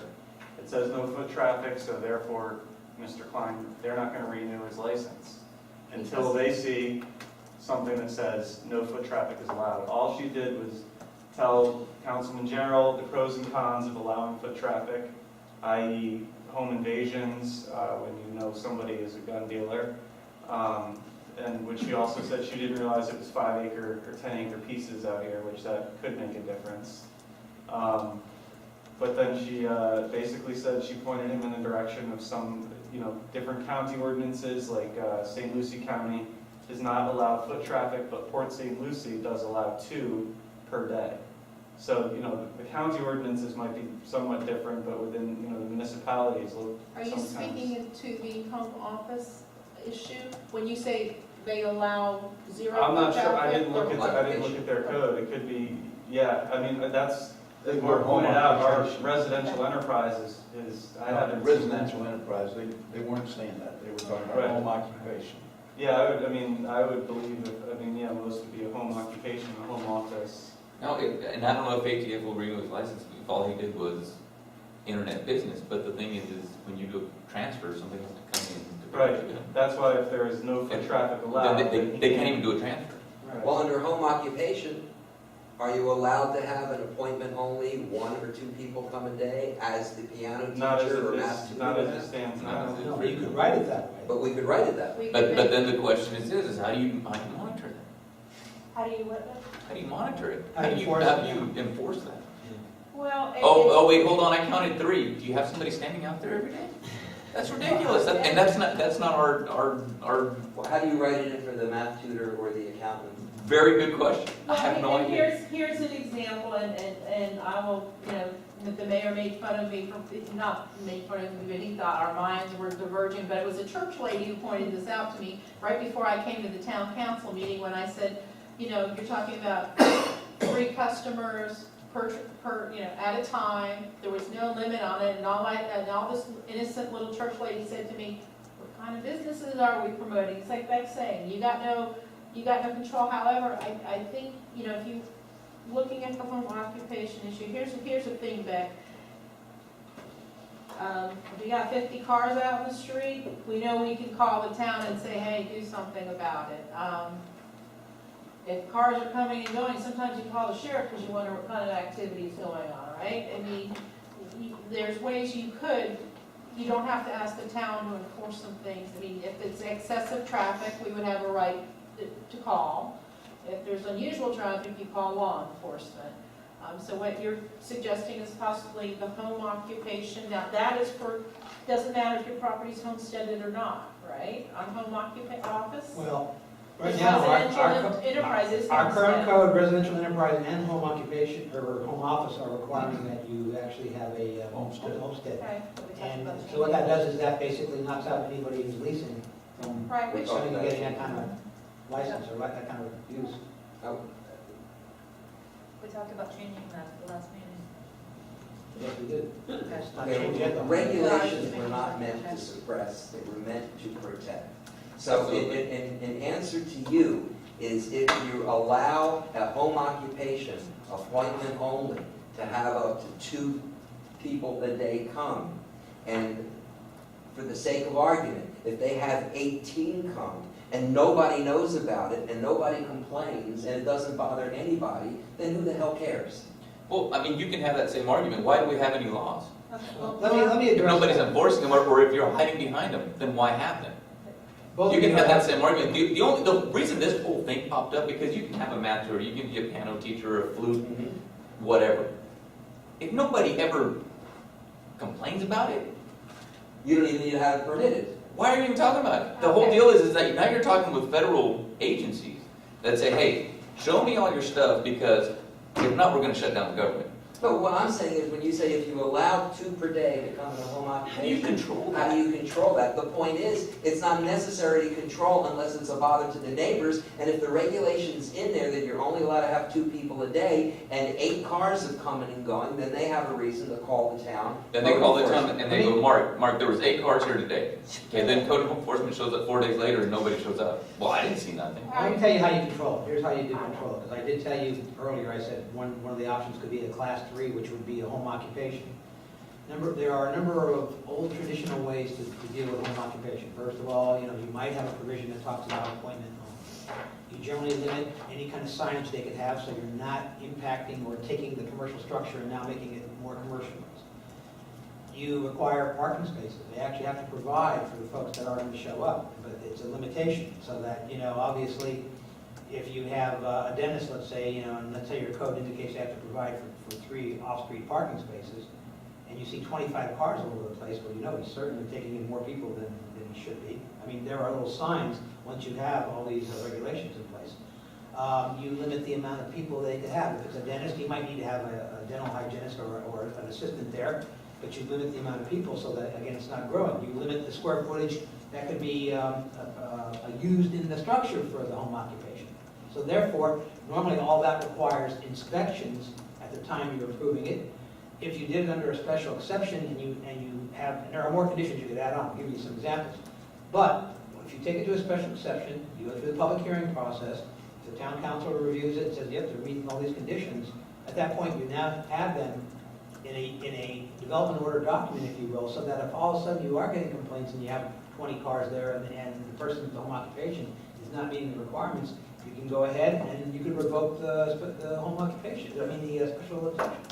So, yeah, is it more tedious? Does it provide more work on the staff? Of course it does. Does it comport with a government light? No, it doesn't. It's getting us more Well, towards that was gonna be my deal, is how expensive is it to jump through all these hoops? It does. What's the other, so let's just say this, Mark, the other side of that, what is the least costly way? If you want to have a home occupation or home office, which we have strongly suggested, we want to take away the must be homesteaded, we'll be advising that. Okay, and we need to segregate the comment home office from home occupation. Sorry. Yeah, home office is like the You- okay. the least intensive of All right, what is the term you're referring to here then? home occupation. Home office, because at the town council meeting, and I apologize because they kept using the term home office. Yes, didn't that's they? to say, where but I'm- they're going by what's in our code now. Okay, that's where I'm getting confused. I kept hearing it the other Right, night. right. Okay, so we're talking home occupation. My question is, there is a lot of work. How do we simplify this if we were to say, yeah, there are concerns, but you can have a home occupation. Must be in the home, can only occupy so much percentage of the square foot of the structure. You But regulate without parking, you going regulate through, right, but signage. I understand that, but without going through the whole special exception process, increasing time on staff and other, is there a simple way of just doing this? You don't have home enterprises. Well, the sliding scale I told you about. Right, okay. Depending upon the intensity of the use. But again, if we do that, then it goes back to the whole regulation. So where does somebody like an ATM? And all that starts to cost money again for the town. I agree, I agree with you totally, but there's no way to get around it. Okay, You either regulate it or you don't, that's. Well, you can just say no home enterprises, Which you is could do what- that. which John did. No residential enterprise. No residential enterprises. But now we're talking home occupation, residential enterprise. The residential enterprise is doing Okay. business in the outbuilding, that's what gets. Right, that's what we don't. And I believe, and correct me if I'm wrong, John, you may have been involved with that, but what that was geared toward was somebody who might be doing an internet business and they needed storage because maybe they were selling NFL Sure. merchandise or something like that. And that's why it was geared toward the accessory buildings, if they were gonna have any kind of merchandise on the site of them. And that should be totally allowed, because it's. Yeah, So where because is you couldn't have this? foot traffic, you weren't using it like a store where people were gonna come out. Excuse me, Mark, let me ask you this. In your categories, you're talking a sliding scale category. You said home office, teaching at home, you graduated your levels, Home okay? occupation. Then you, home occupation, then you went to an attorney, which could still be, right, just, Home occupation is the most intensive. That's the attorneys, doctors, right. more like a But I'm side going through business. the categories he listed when he started. The home office is more like the internet base, where you're not Right. having Then any you went to employees, teaching, any- right. You And went then to- in the middle is the less intensive, like the music teachers. So where does that special exception start? Because you're talking. Starts at the third class. The third class. Where does someone like an ATF fit in this, in the special exception? I'm just curious, because he seems to be right up there with the But doctor. what the ATF told Braden is, you gotta understand, they're not trying to tell us what to do. Right. They basically look, and in the case of Mr. Klein, they looked at our code, and they said, oops, your code says no commercial traffic. Right. So therefore, that's what we enforce, that's what your code says. So that's the reason why there was even the question of the amendment for Mr. Klein, because on its face, ATF looks at the code and says, on your face, you can't have traffic. Mr. Klein's been having traffic, he's therefore not consistent with your And I'm code. really not concerned about Mr. Klein, I'm just concerned about the fact that you brought up an idea of sliding scale, Right. which would be something, since it's come back to us, we could think of something that would be beneficial to others, not just Mr. Klein. Number one, the first basic premise is you have to decide, do you even want to have home occupations in your town? You can say no. So some municipalities have said, no, we're not gonna allow those anymore. They're a pain, they cause problems, and they're very mindful of those citizens. But the town voted against him, and now they want us to think about it again.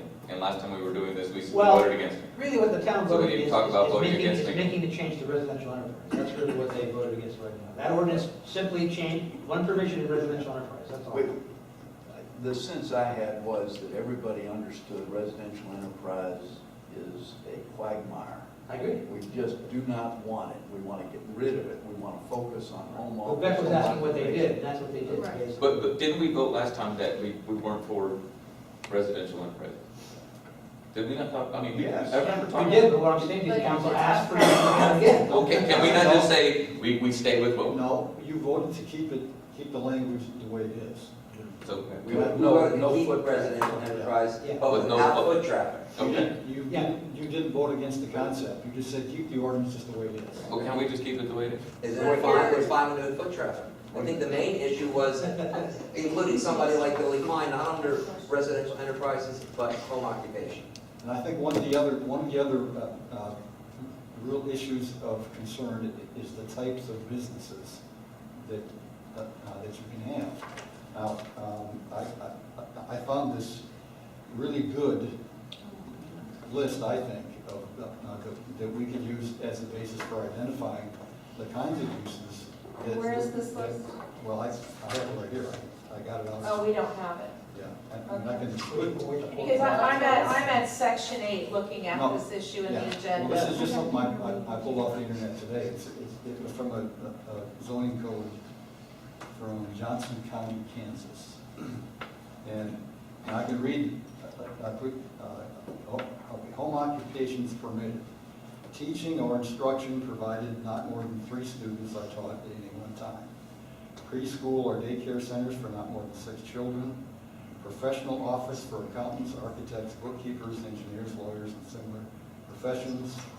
Offices for realtors, insurance agents, brokers, sales representatives, and manufacturing representatives where no exchange of tangible goods is made on premises. Home crafts and hobbies such as model making, rug weaving, and the like articles produced or constructed as a hobby activity shall not be sold on the premises except on an occasional basis.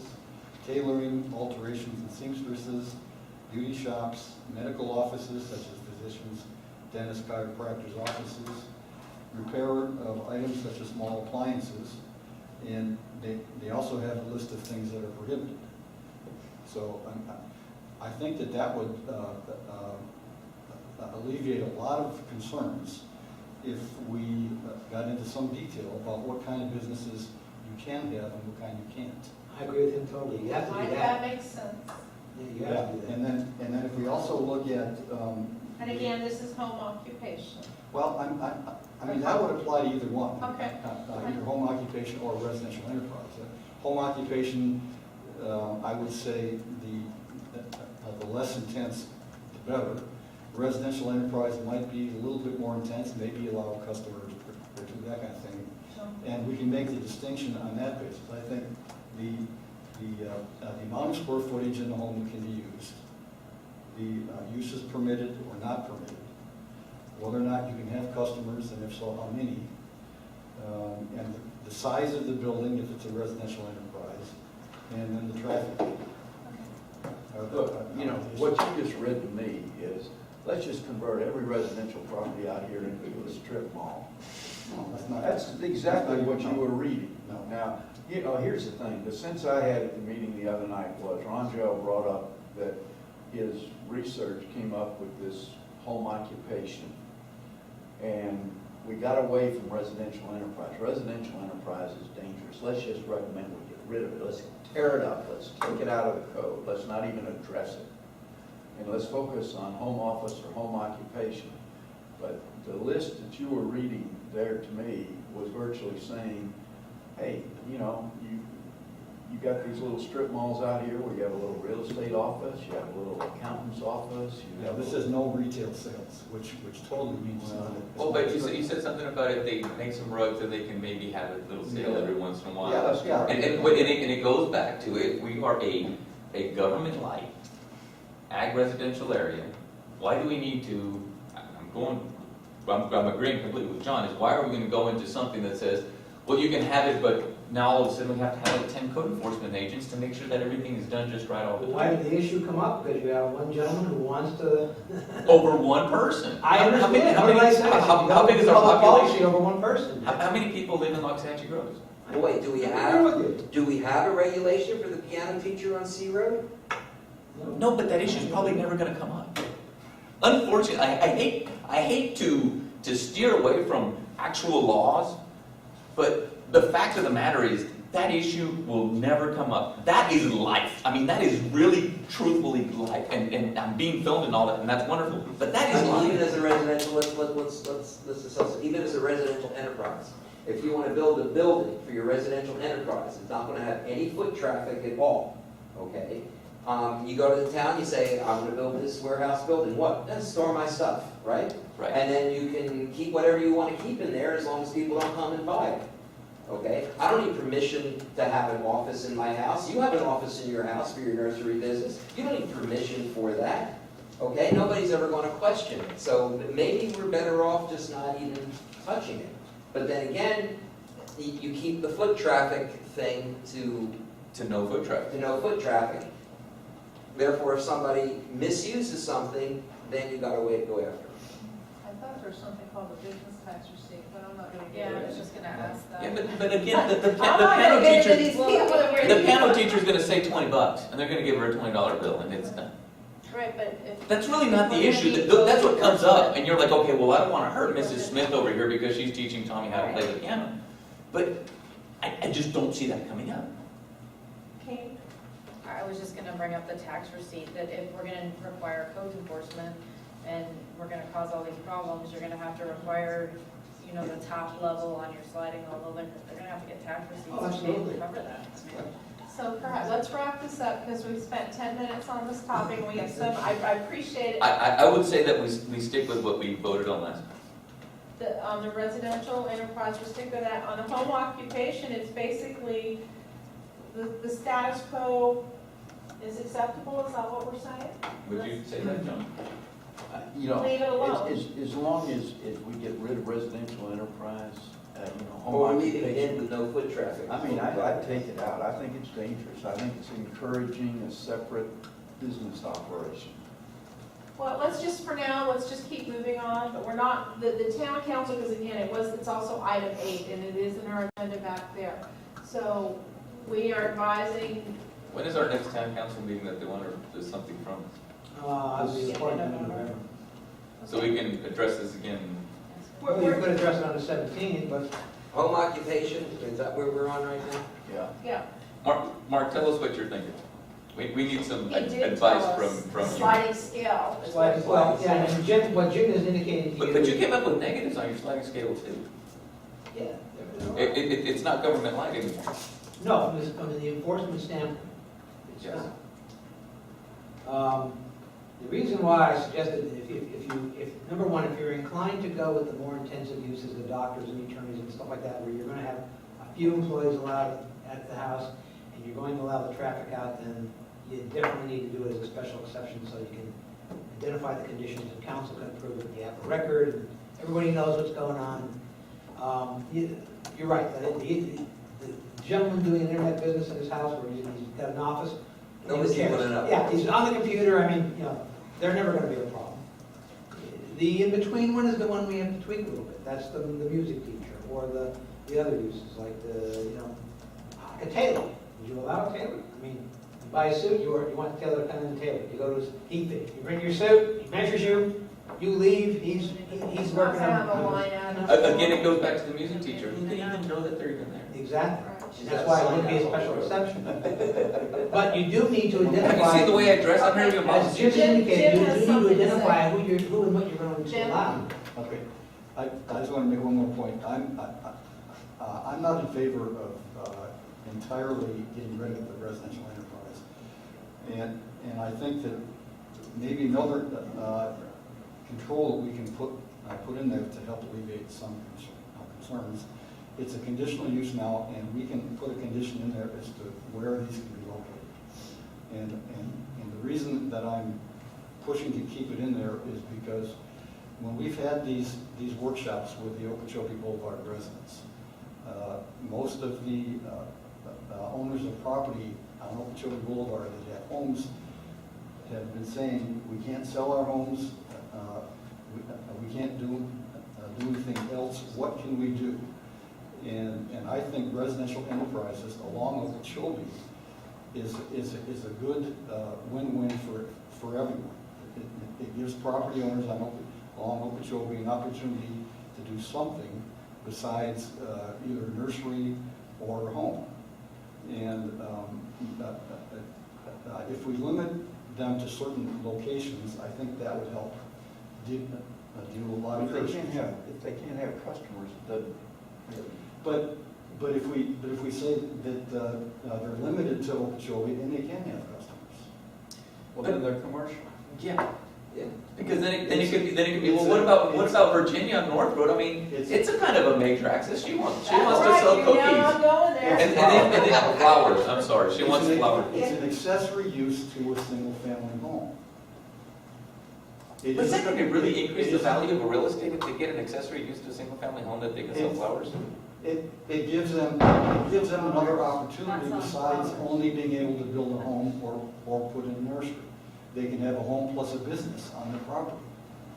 And if they can have customers, I mean, it's obvious that increases the value because it gives them more opportunities to do So something with somebody- their property. So example, one of the nicer homes on Okeechobee Boulevard, he wants to sell to an attorney on Okeechobee, sells to an attorney or a doctor, Exactly. and you're saying, okay, then before Yeah. Okeechobee needs 4 lanes, 6 lane, 8 lane, and the property doesn't exist anymore.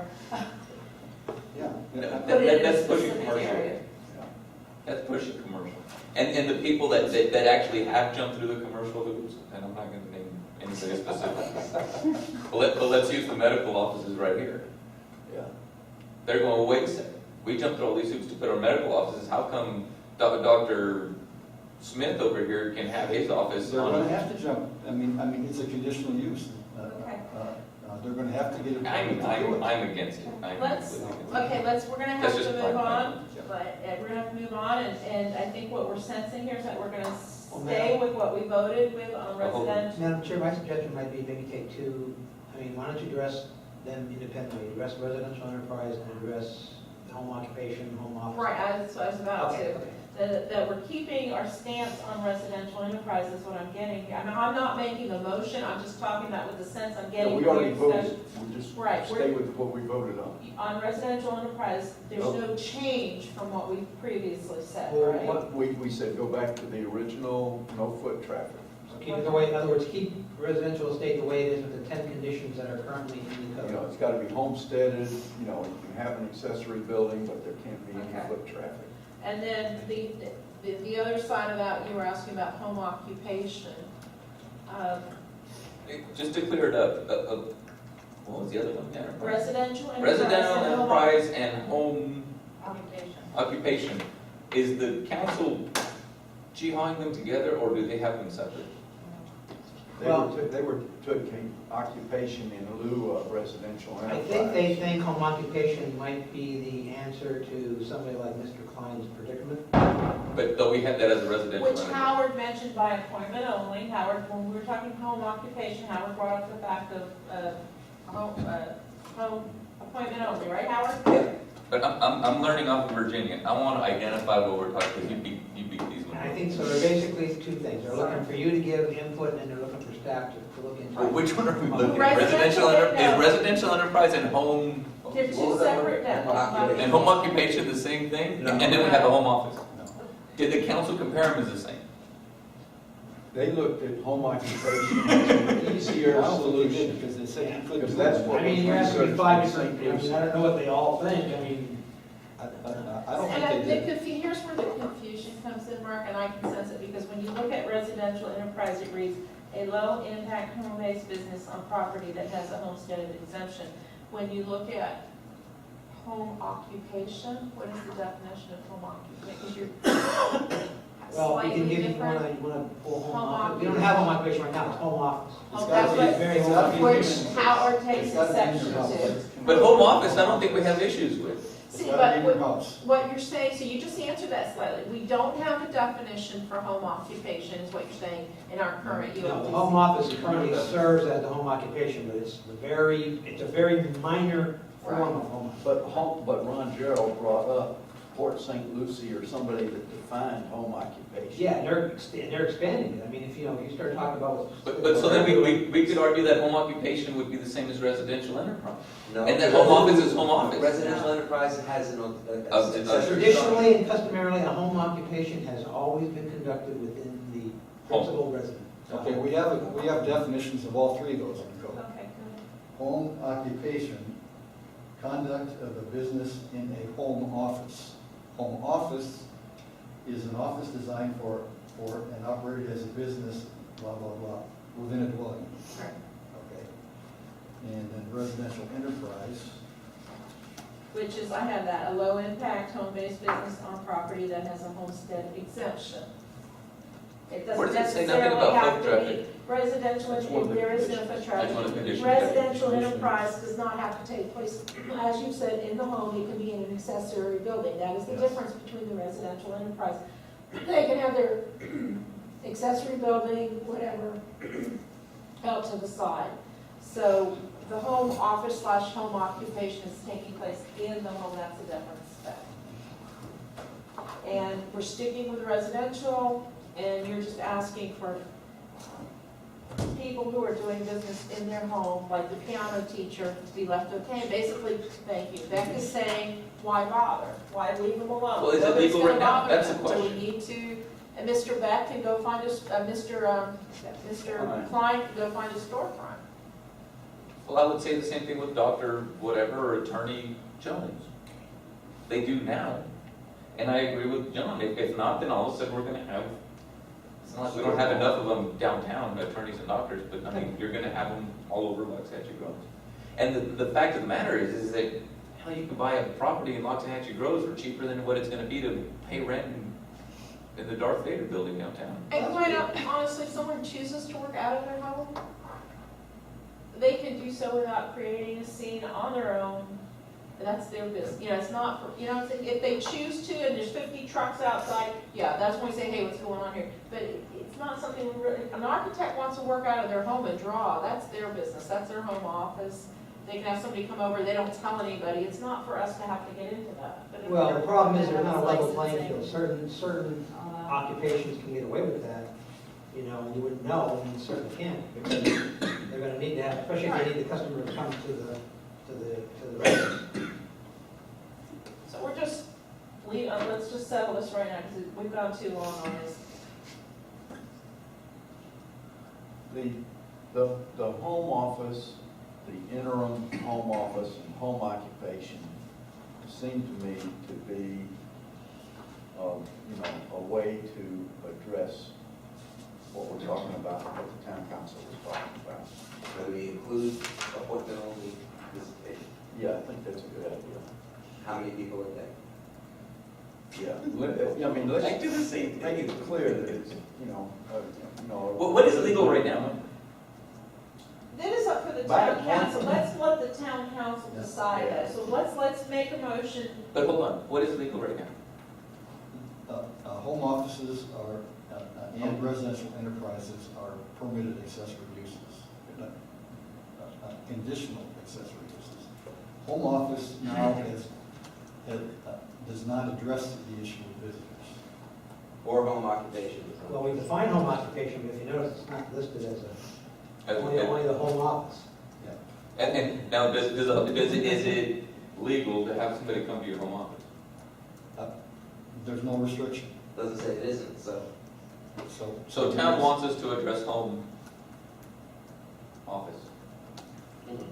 Yeah, discussion of residential enterprise and home Yeah, offices. the home office, if you do exclusively your business there, the interim is by appointment only. And the home occupation, no, there's no limit on visitors on home offices. Right. But we could But it has to be in suggest your that home. they consider that. We could advise, that we strongly suggest. Really, the they trick consider- right now on the ULDC is if you have it outside of your home, in an accessory building. That's the cusp of it. No foot traffic. So we've already found the solution for Mr. Klein. Home occupation, you're allowed a couple visitors a day. No, there's no limit. Residential or enterprise, no people are allowed in. That's what we're going to. Except now we're gonna have all these businesses. Wait. I think you, Because he can't sell. Okay. See, Mark found it, he's like, oh, wait a All right, second. Mark, you let's really, wrap, hang on a second. you guys wrap it up. You really need to determine what you're going to permit, whether you call it a home occupation, home office, whatever, because, number one, what would you call Mr. Klein? I would not, Mr. Klein would not be a home office. He's He retail. actually has a use, a trade. If you don't identify what they are, then you open up the door for anybody saying, I qualify under home office. And didn't you say that home office or occupation, you can't sell, you can't? Is there a limitation to You that? can't buy There's and no sell trade. items, yeah. No, that was a definition from Kansas, from Toto. Okay, I did make a little bit of a mistake there. Oh, no. In the definition of home office, it says no customers. Under the conditions for conditional uses, it doesn't address that at all. Because it's already defined at the beginning that no customer. Yes. Right. But I that's think, home I thought office. you did say no customers in the Yeah. beginning, Jim, I thought you did say Now, that. Well, I would say leave it the way it is. No customers for either one. Home occupation, no customers as well, it says? Yeah. Under the definition of home office. Again, all they do is define it. They don't, there's nothing that regulates it. Remember what we talked about in definitions? You don't regulate through a definition? That's the problem, too. But if it says no customers, then by definition, it says no customer. You're not regulating, you have to put another regulation, do you? But now home occupation is a separate category. We have just real quick, Nina, because I'm No. trying to I get just these. have a question. There isn't another Okay, go category. ahead. But we need one. Mike, if, No. if tutor is allowed, and isn't the child coming, or piano lessons are allowed, isn't the Would child be a coming customer. a customer? Sure. And that's why. That's why we're illegal going- right now. That's Right. correct. That's illegal. And- All right. and, I mean, I know a woman that does tutoring in Palm Beach Polo. Okay, I know somebody who. But that's what I said earlier, is that when that happens, nobody's gonna complain about it. Customers coming, or an architect. So perhaps what you're suggesting, Mark, is that we have home occupation to only a certain level. We don't go past, Right, use and you sliding identify it. scale, on your sliding scale, that this is it. We don't go beyond the attorney or the insurance agent or the real estate. Oh, no, agent. then you're really getting into it. No, home occupations were intended to be service-oriented uses, not pure retail where somebody, decides, I don't want to go on a bay somewhere, so I'm going to. No, I'm just Okay, saying, then if we're gonna go with that premise, then we Simple. put a deal that if it's a home occupation, it's a service, it's restricted to service-related businesses. Yeah. And That's- there's no retail, you cannot come and pick up a glass, it's literally a service. That's how you get, in some codes, you get the tailor, the seamstress, you get the, teacher, the yeah, tutor, because those are service-related issues. or the not music retail. teacher. That's what we're trying to say, we Okay, have so no then issue we with can, this. addressing it that way, we can address it as a service-related businesses only. Yeah. Now, if you address it that way, just bear in mind, that doesn't help business Legal clients, I'm services. just letting you know that. We're not looking at. I know, I'm just, Well, what did, I'm sorry, he was messing with my. Okay, look, how does, when service related, you have a medical or legal, those can be considered service. They're services. profession, Right, my point again, if we're gonna make any comment about home occupation, we're looking to target to provide simple, occupations. We're not looking for the doctor or the lawyer or the insurance agent that can have retail space. So how do you cut it off? How do you limit it? And we define them. I mean, Okay. I gave you a That would list be of my- about you 15 know. things, pick from that. Is list. it an insurance agent, a service-related You occupation? can say a home occupation is limited to these occupations, No, it's selling teacher, Yes, yes. tutor, you can say that. You can limit the occupations, teacher, tutor, Well, lessons. Howard was limiting it with appointments, and I think that. Right, but with appointment, by appointment and occupation, and I think a home occupation, the suggestion would be then residential enterprise stays, and then we're suggesting home occupations. Residential would be- enterprise stays, but with no foot traffic. Right, with no- as we previously discussed. and I've heard different things, though. Can you maybe take a vote on that? Because I've heard Mr. Ryan say he wants to get rid of residential, so.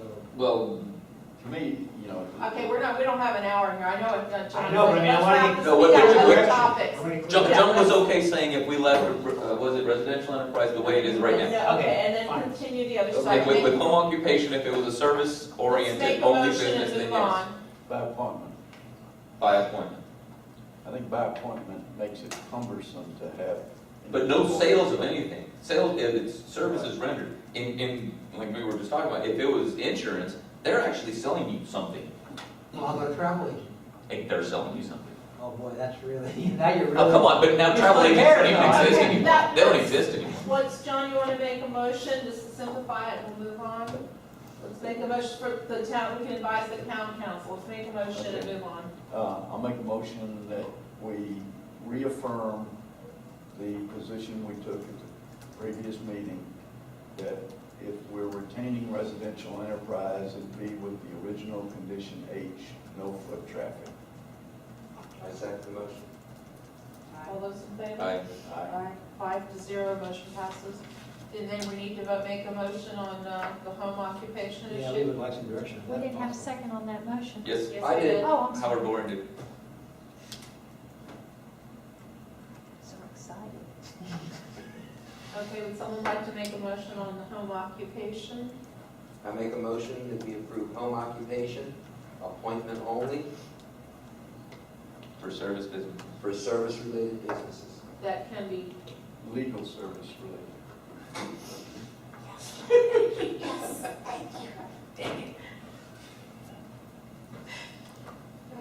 I'll second that. and, yeah, okay, all those in favor? Aye. Aye. Aye. 5-0, motion passes. Can we move on to the item 3, pain management clinics? No, I have one more, remember I had two? Oh, I thought that was it too. Go No, ahead no, with the no, other no, one. no, no, no, no. Okay.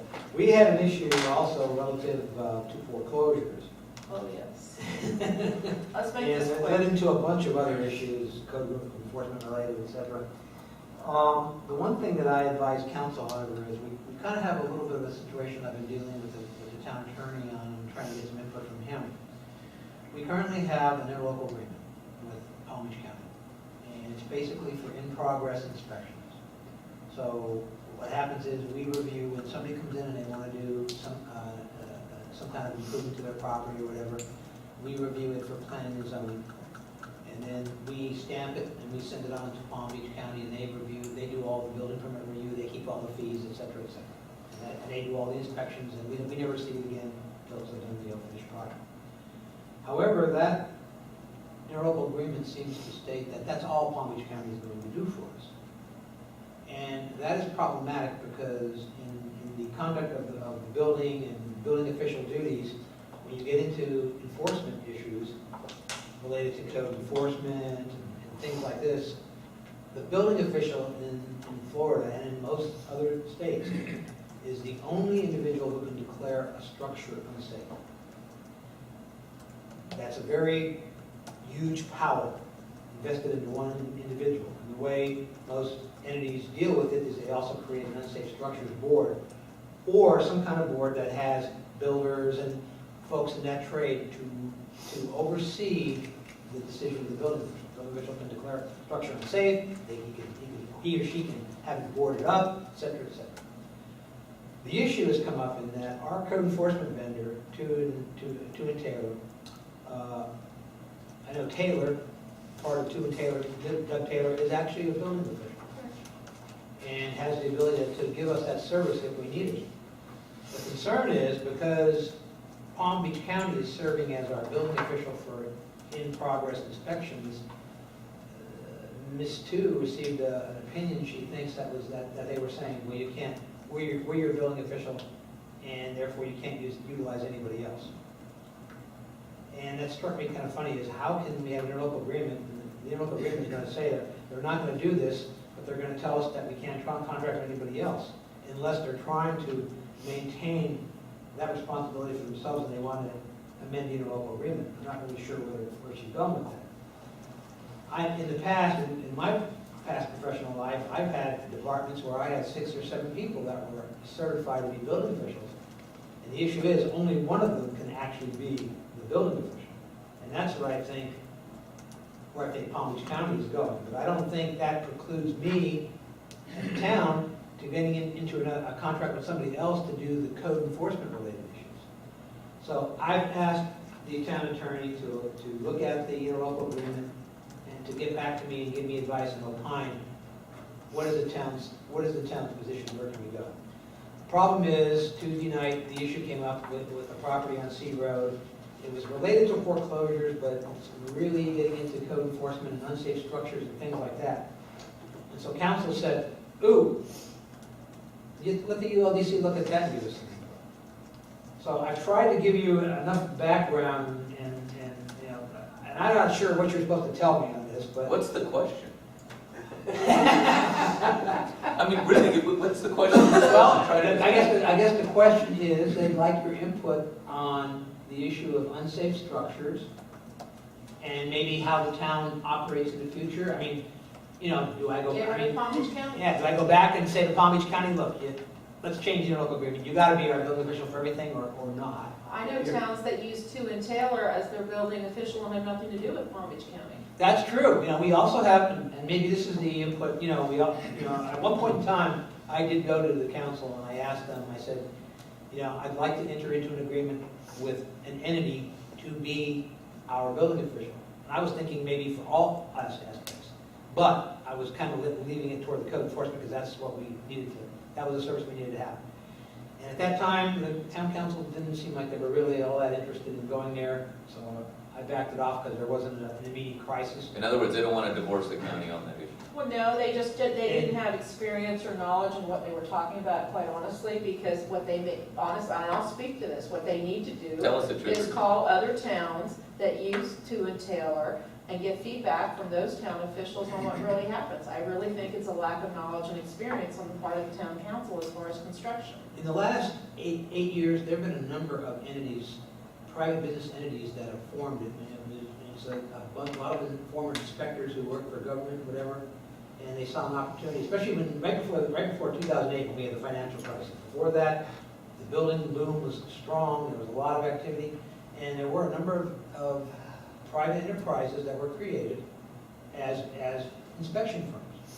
And not inspection firms to go look at a house when somebody was going to buy it. Not those kind. I'm not talking about residential inspectors when you're going to do real estate. I'm talking about actually serving municipal entities, like the smaller towns who couldn't afford to have a full-blown building department, or do code enforcement related issues. Would this be as a benefit to the town? Let me explain something.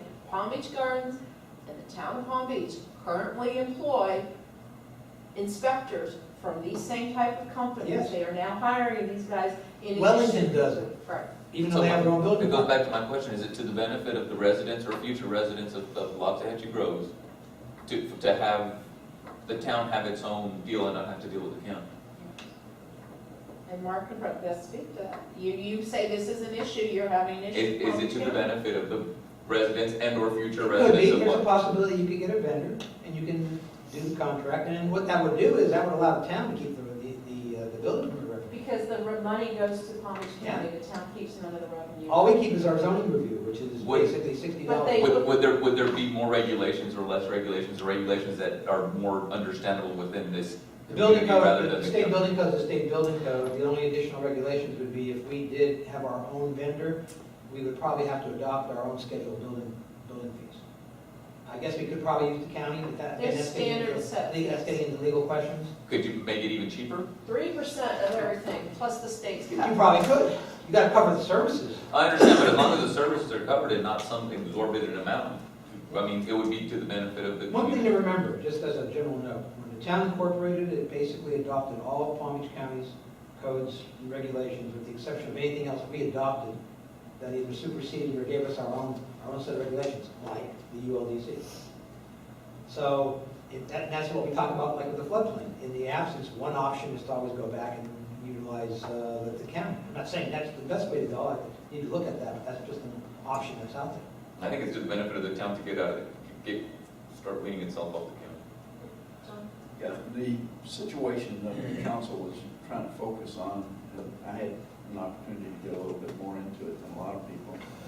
But that was a grow house that was shut down C and Road, burned out. we didn't say what street it was on, it's a C Road house.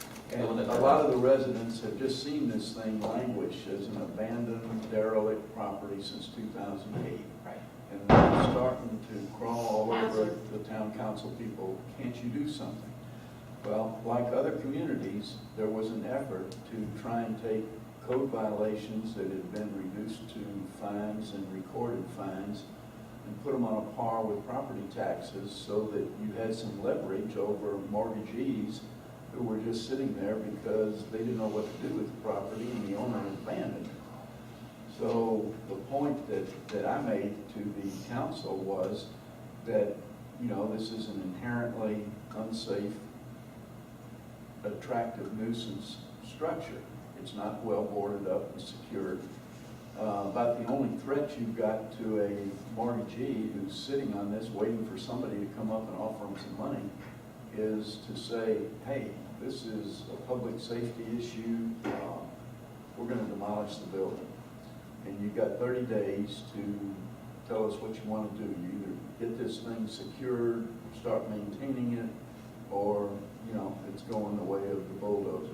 Which I know one town that has used 2 in Taylor as their officials, and that's exactly what they did. They bulldozed the house. Yeah. It's $9,000. And that's about the only way you're going to get things moving. And I think that the situation on C Road is obvious because everybody drives by it and sees it. But we've got a lot of abandoned properties, And like the a lot of other solution? communities do. And the solution, what do you think the solution is? I think we've got to get some building official person to work with the town on getting in position that would allow us to issue a letter to the mortgagee and say, this is an intolerable situation, we're going to demolish the property, and you have 30 days to either secure it, maintain it, or it's gone, and you just got some 1 acre of rural land. Katie? They filed the beginning of the foreclosure property, paperwork on that property, I believe July of 2013. So the best thing to do would be to contact the bank and tell them the issue. The bank is liable for anyone that got injured on that property or anything else. You can do it with just a phone call, and they'll make sure the house is I think properly. there was a foreclosure proceeding, but I actually saw the guy that was fooling around with property, and he showed me that they had dismissed it. It was No, it's not, it's it's a another brand new one? one. It's a new one? It's a brand new one, Okay. yeah. Well, I think that one of the reasons that they dismissed the earlier one was it wasn't until May of this year that the Supreme Court in Florida told all the municipalities that were trying to get super 5 priority years. status that you can't do it. And so that freed up the mortgage companies to go. Yeah, he but- did get that one released, but there's a new one. Okay. But the last thing the mortgage company wants to do is to become an owner of a property that's going to get hit with a $100 a day fine and, you know, have to do something that they don't really want to do. They just want somebody to give them a dollar value. And Well, as soon as the bank finds out there's a hazard, they'll take care of it. So it sounds like there's two options here, Mark. You're asking the question, there sounds like Katie's saying obviously two things. You know, you have a resource in someone like Katie or any other real estate person who could tell you current foreclosure information. And I know they talked about hiring someone also. I think the foreclosure aspect of it isn't where council, like Beck was asking me, what does It's council the want? I official think council wants to know building what, how should they deal with the real estate? I think it should go to a contracted person, have them deal with it, and start weeding off the county. I mean, isn't that kind of what you've been feeling? If you don't need them, you don't pay them, right? It's kind of one of those things. Well, you have a number of service options. You can do it the way we're doing it now with the county, but there should be something that addresses the code enforcement aspect, this unsafe structure. You can contract with another city instead of the county. Or you can go, Yes, you're private. you can create your own, which of course is, not going to be an option here. Or you can contract with a private entity that provides the service.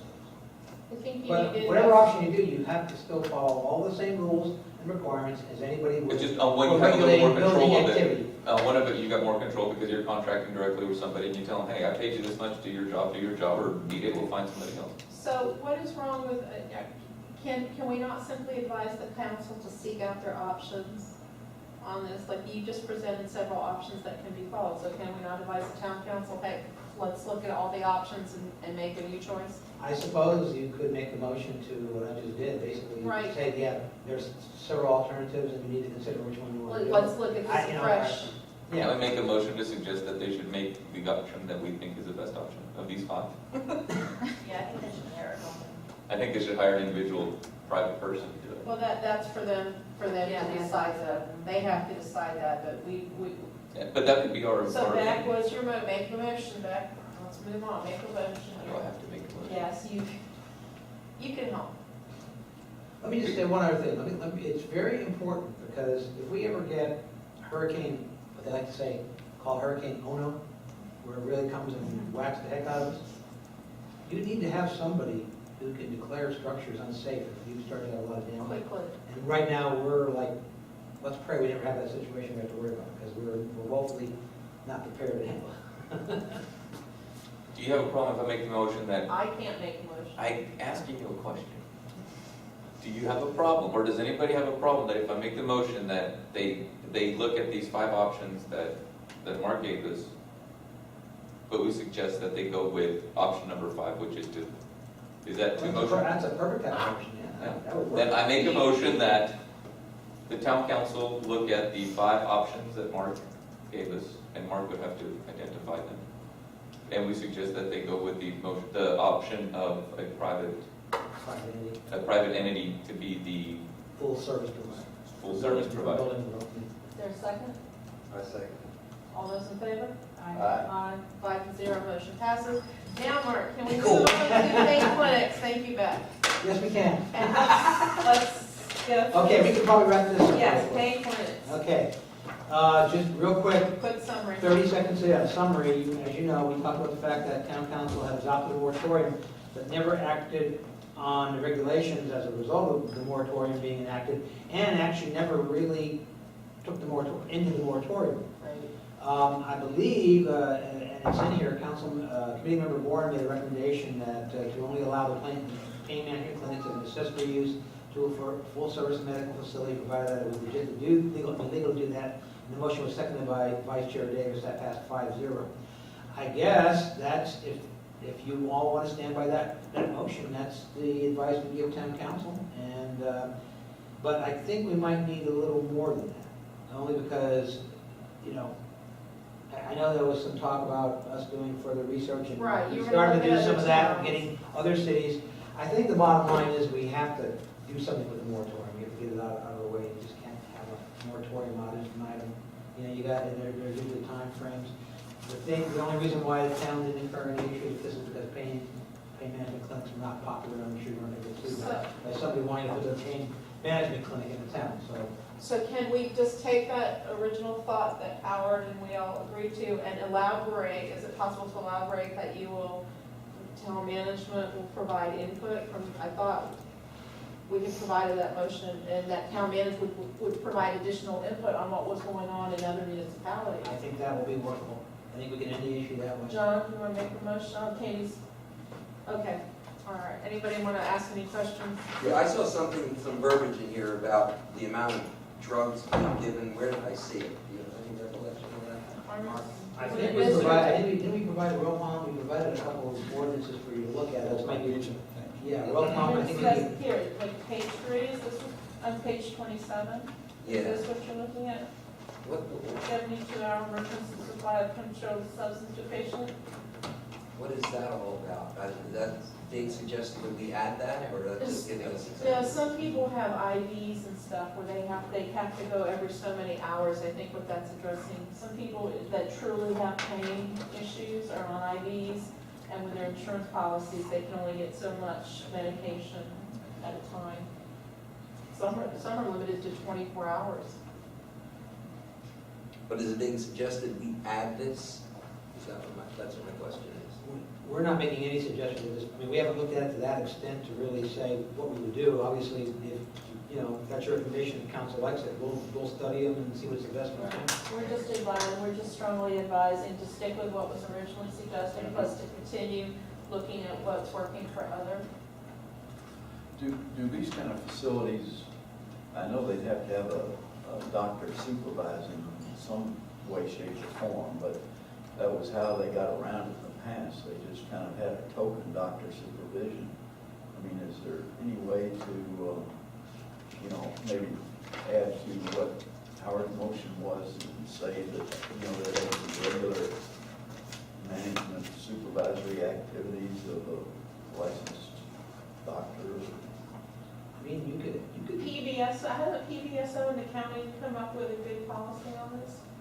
They've gotten rid of, I'm not sure about that. I'm not really sure what county has done. because we're not, I'm just saying, we're not seeing, the you know, you're not hearing about the lines like you were and seeing the issues. No, there was a major crackdown that actually Dave Ehrenberg led that before he moved over to the State attorney. state attorney, thank you. He was working with the Attorney General, Pam Bondi, on that. He was actually with a task force. I know he was doing a lot of work. I didn't know if there was legislation that went along with it, is my point. I didn't know if there was some legislation at the state level that addressed this issue. There was, but, you know, I have to double check if that was adopted. Well, perhaps we can suggest something along the lines that what we had originally suggested, looking at other municipalities and also at the state, reviewing state legislation. Sure. I mean, I think, you know, we haven't, it's so available to us. I mean, you have to go with what the state says, obviously, but just to educate the town. Somebody want to make a motion on this thing? Come on, John. John, you can do it. You can do it. Well, I mean, are we really reaffirming the motion that we already adopted? Opening it up to have the staff review approaches from other municipalities and any interim state regulation? I second it. Was that a motion? Yeah. Reaffirm what we already did, plus the direction to the staff to supplement with review of other municipalities in the state. I re-second it. Second, all those in favor? Aye. Yeah, and it's noticed, this was basically an update, as stated in the agenda. Okay, moving on to item 4, non-conforming uses. Well, Madam Chair, looking at the clock. I see we have that. 10 minutes. Right. Should we look? Do you want to go to 6, or do you feel you've covered 6? No, I don't feel, Howard, Pardon me? there's, well, and I know we're gonna table like items like 4, 5, We'll 7. table 4, 5. 7. 7 will have the. That's great, you you asked did them quite for a bit of some- work on You asked them for that. some photos and. Signs. I still need to get pictures though. Okay, so we can can table. I just provided you with the county's code, which All has got a lot. So you have more work to do on I 7. could, yeah, Yeah, but if okay. you guys want to look at the county code. We've looked. No, let's do it all together. Yeah, no, so Sid, you Spend a second on this one. found a problem with the minutes. You found a problem with the minutes.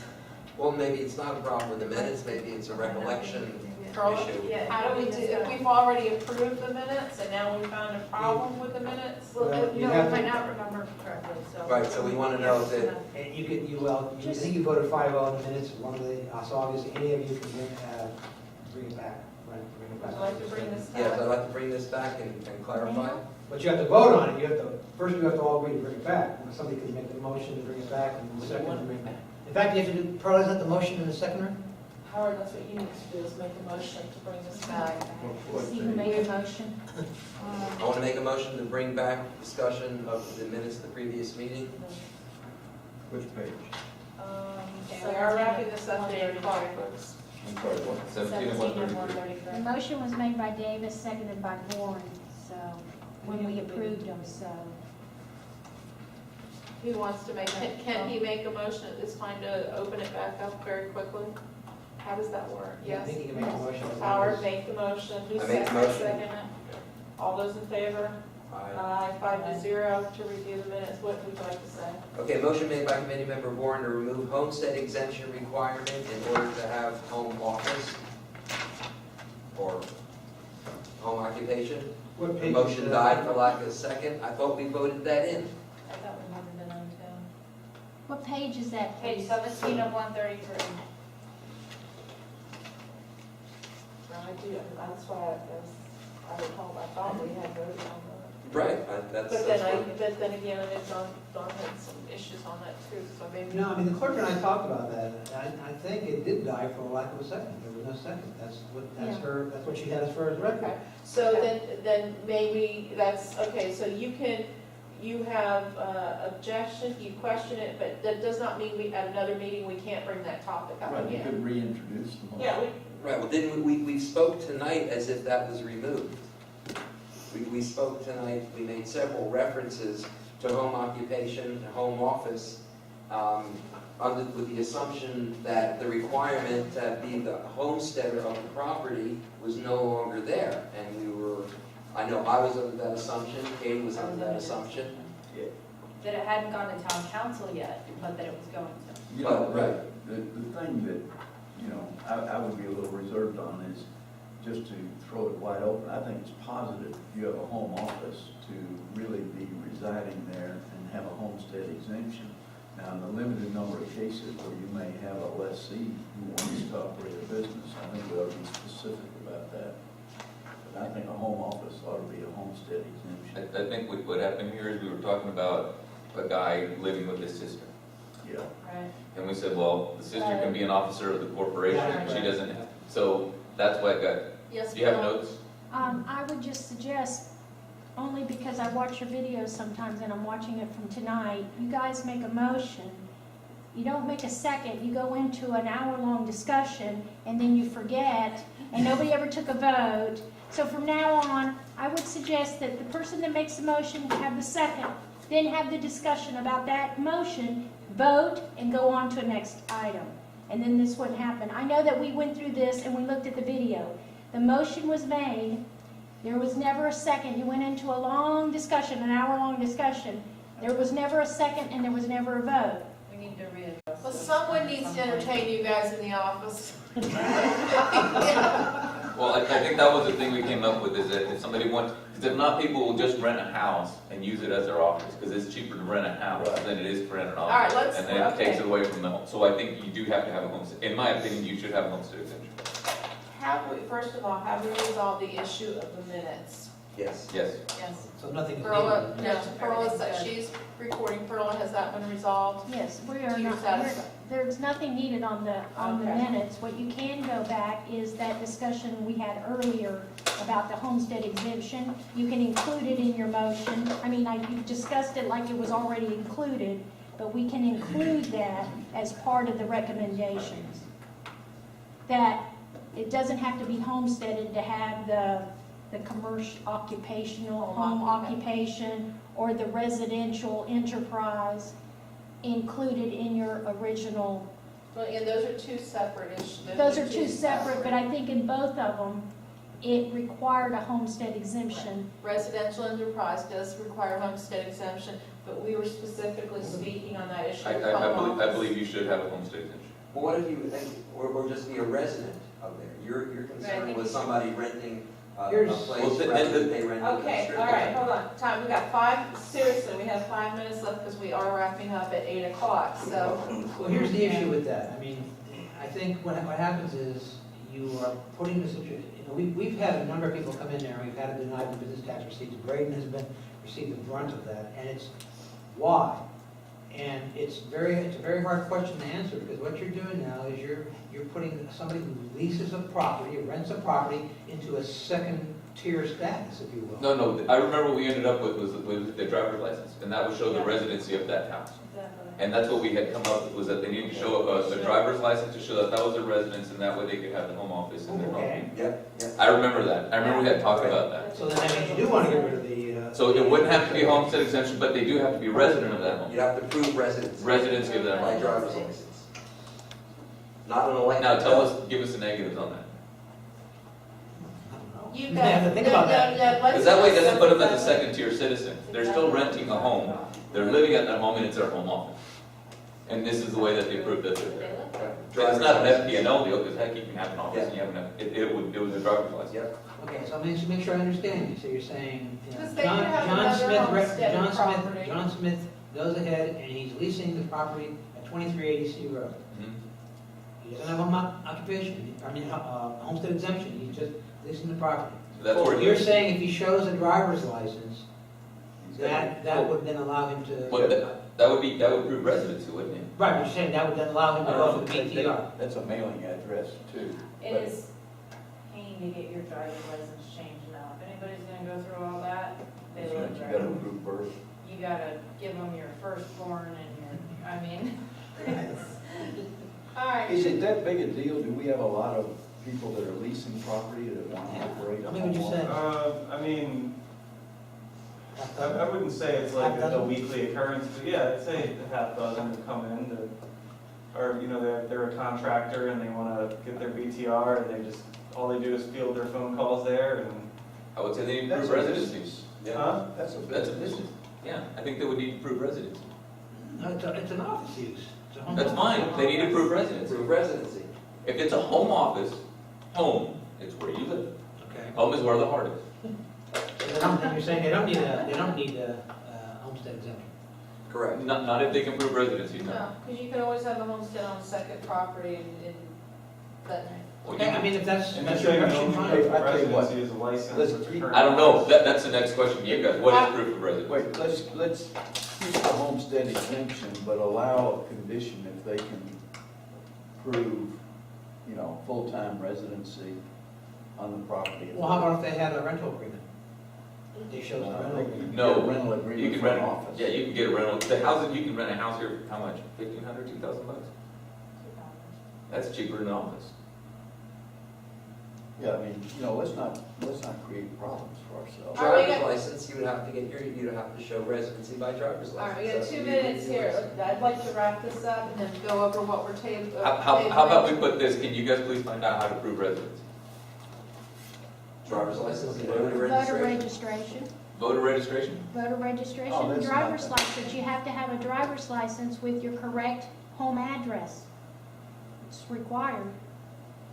You can't live in Okeechobee and have a driver's license with a West Palm Beach address. It's where you live. That's where they send your notices to, not, you can have a P.O. box, but they have to know where your residence is, your resident address.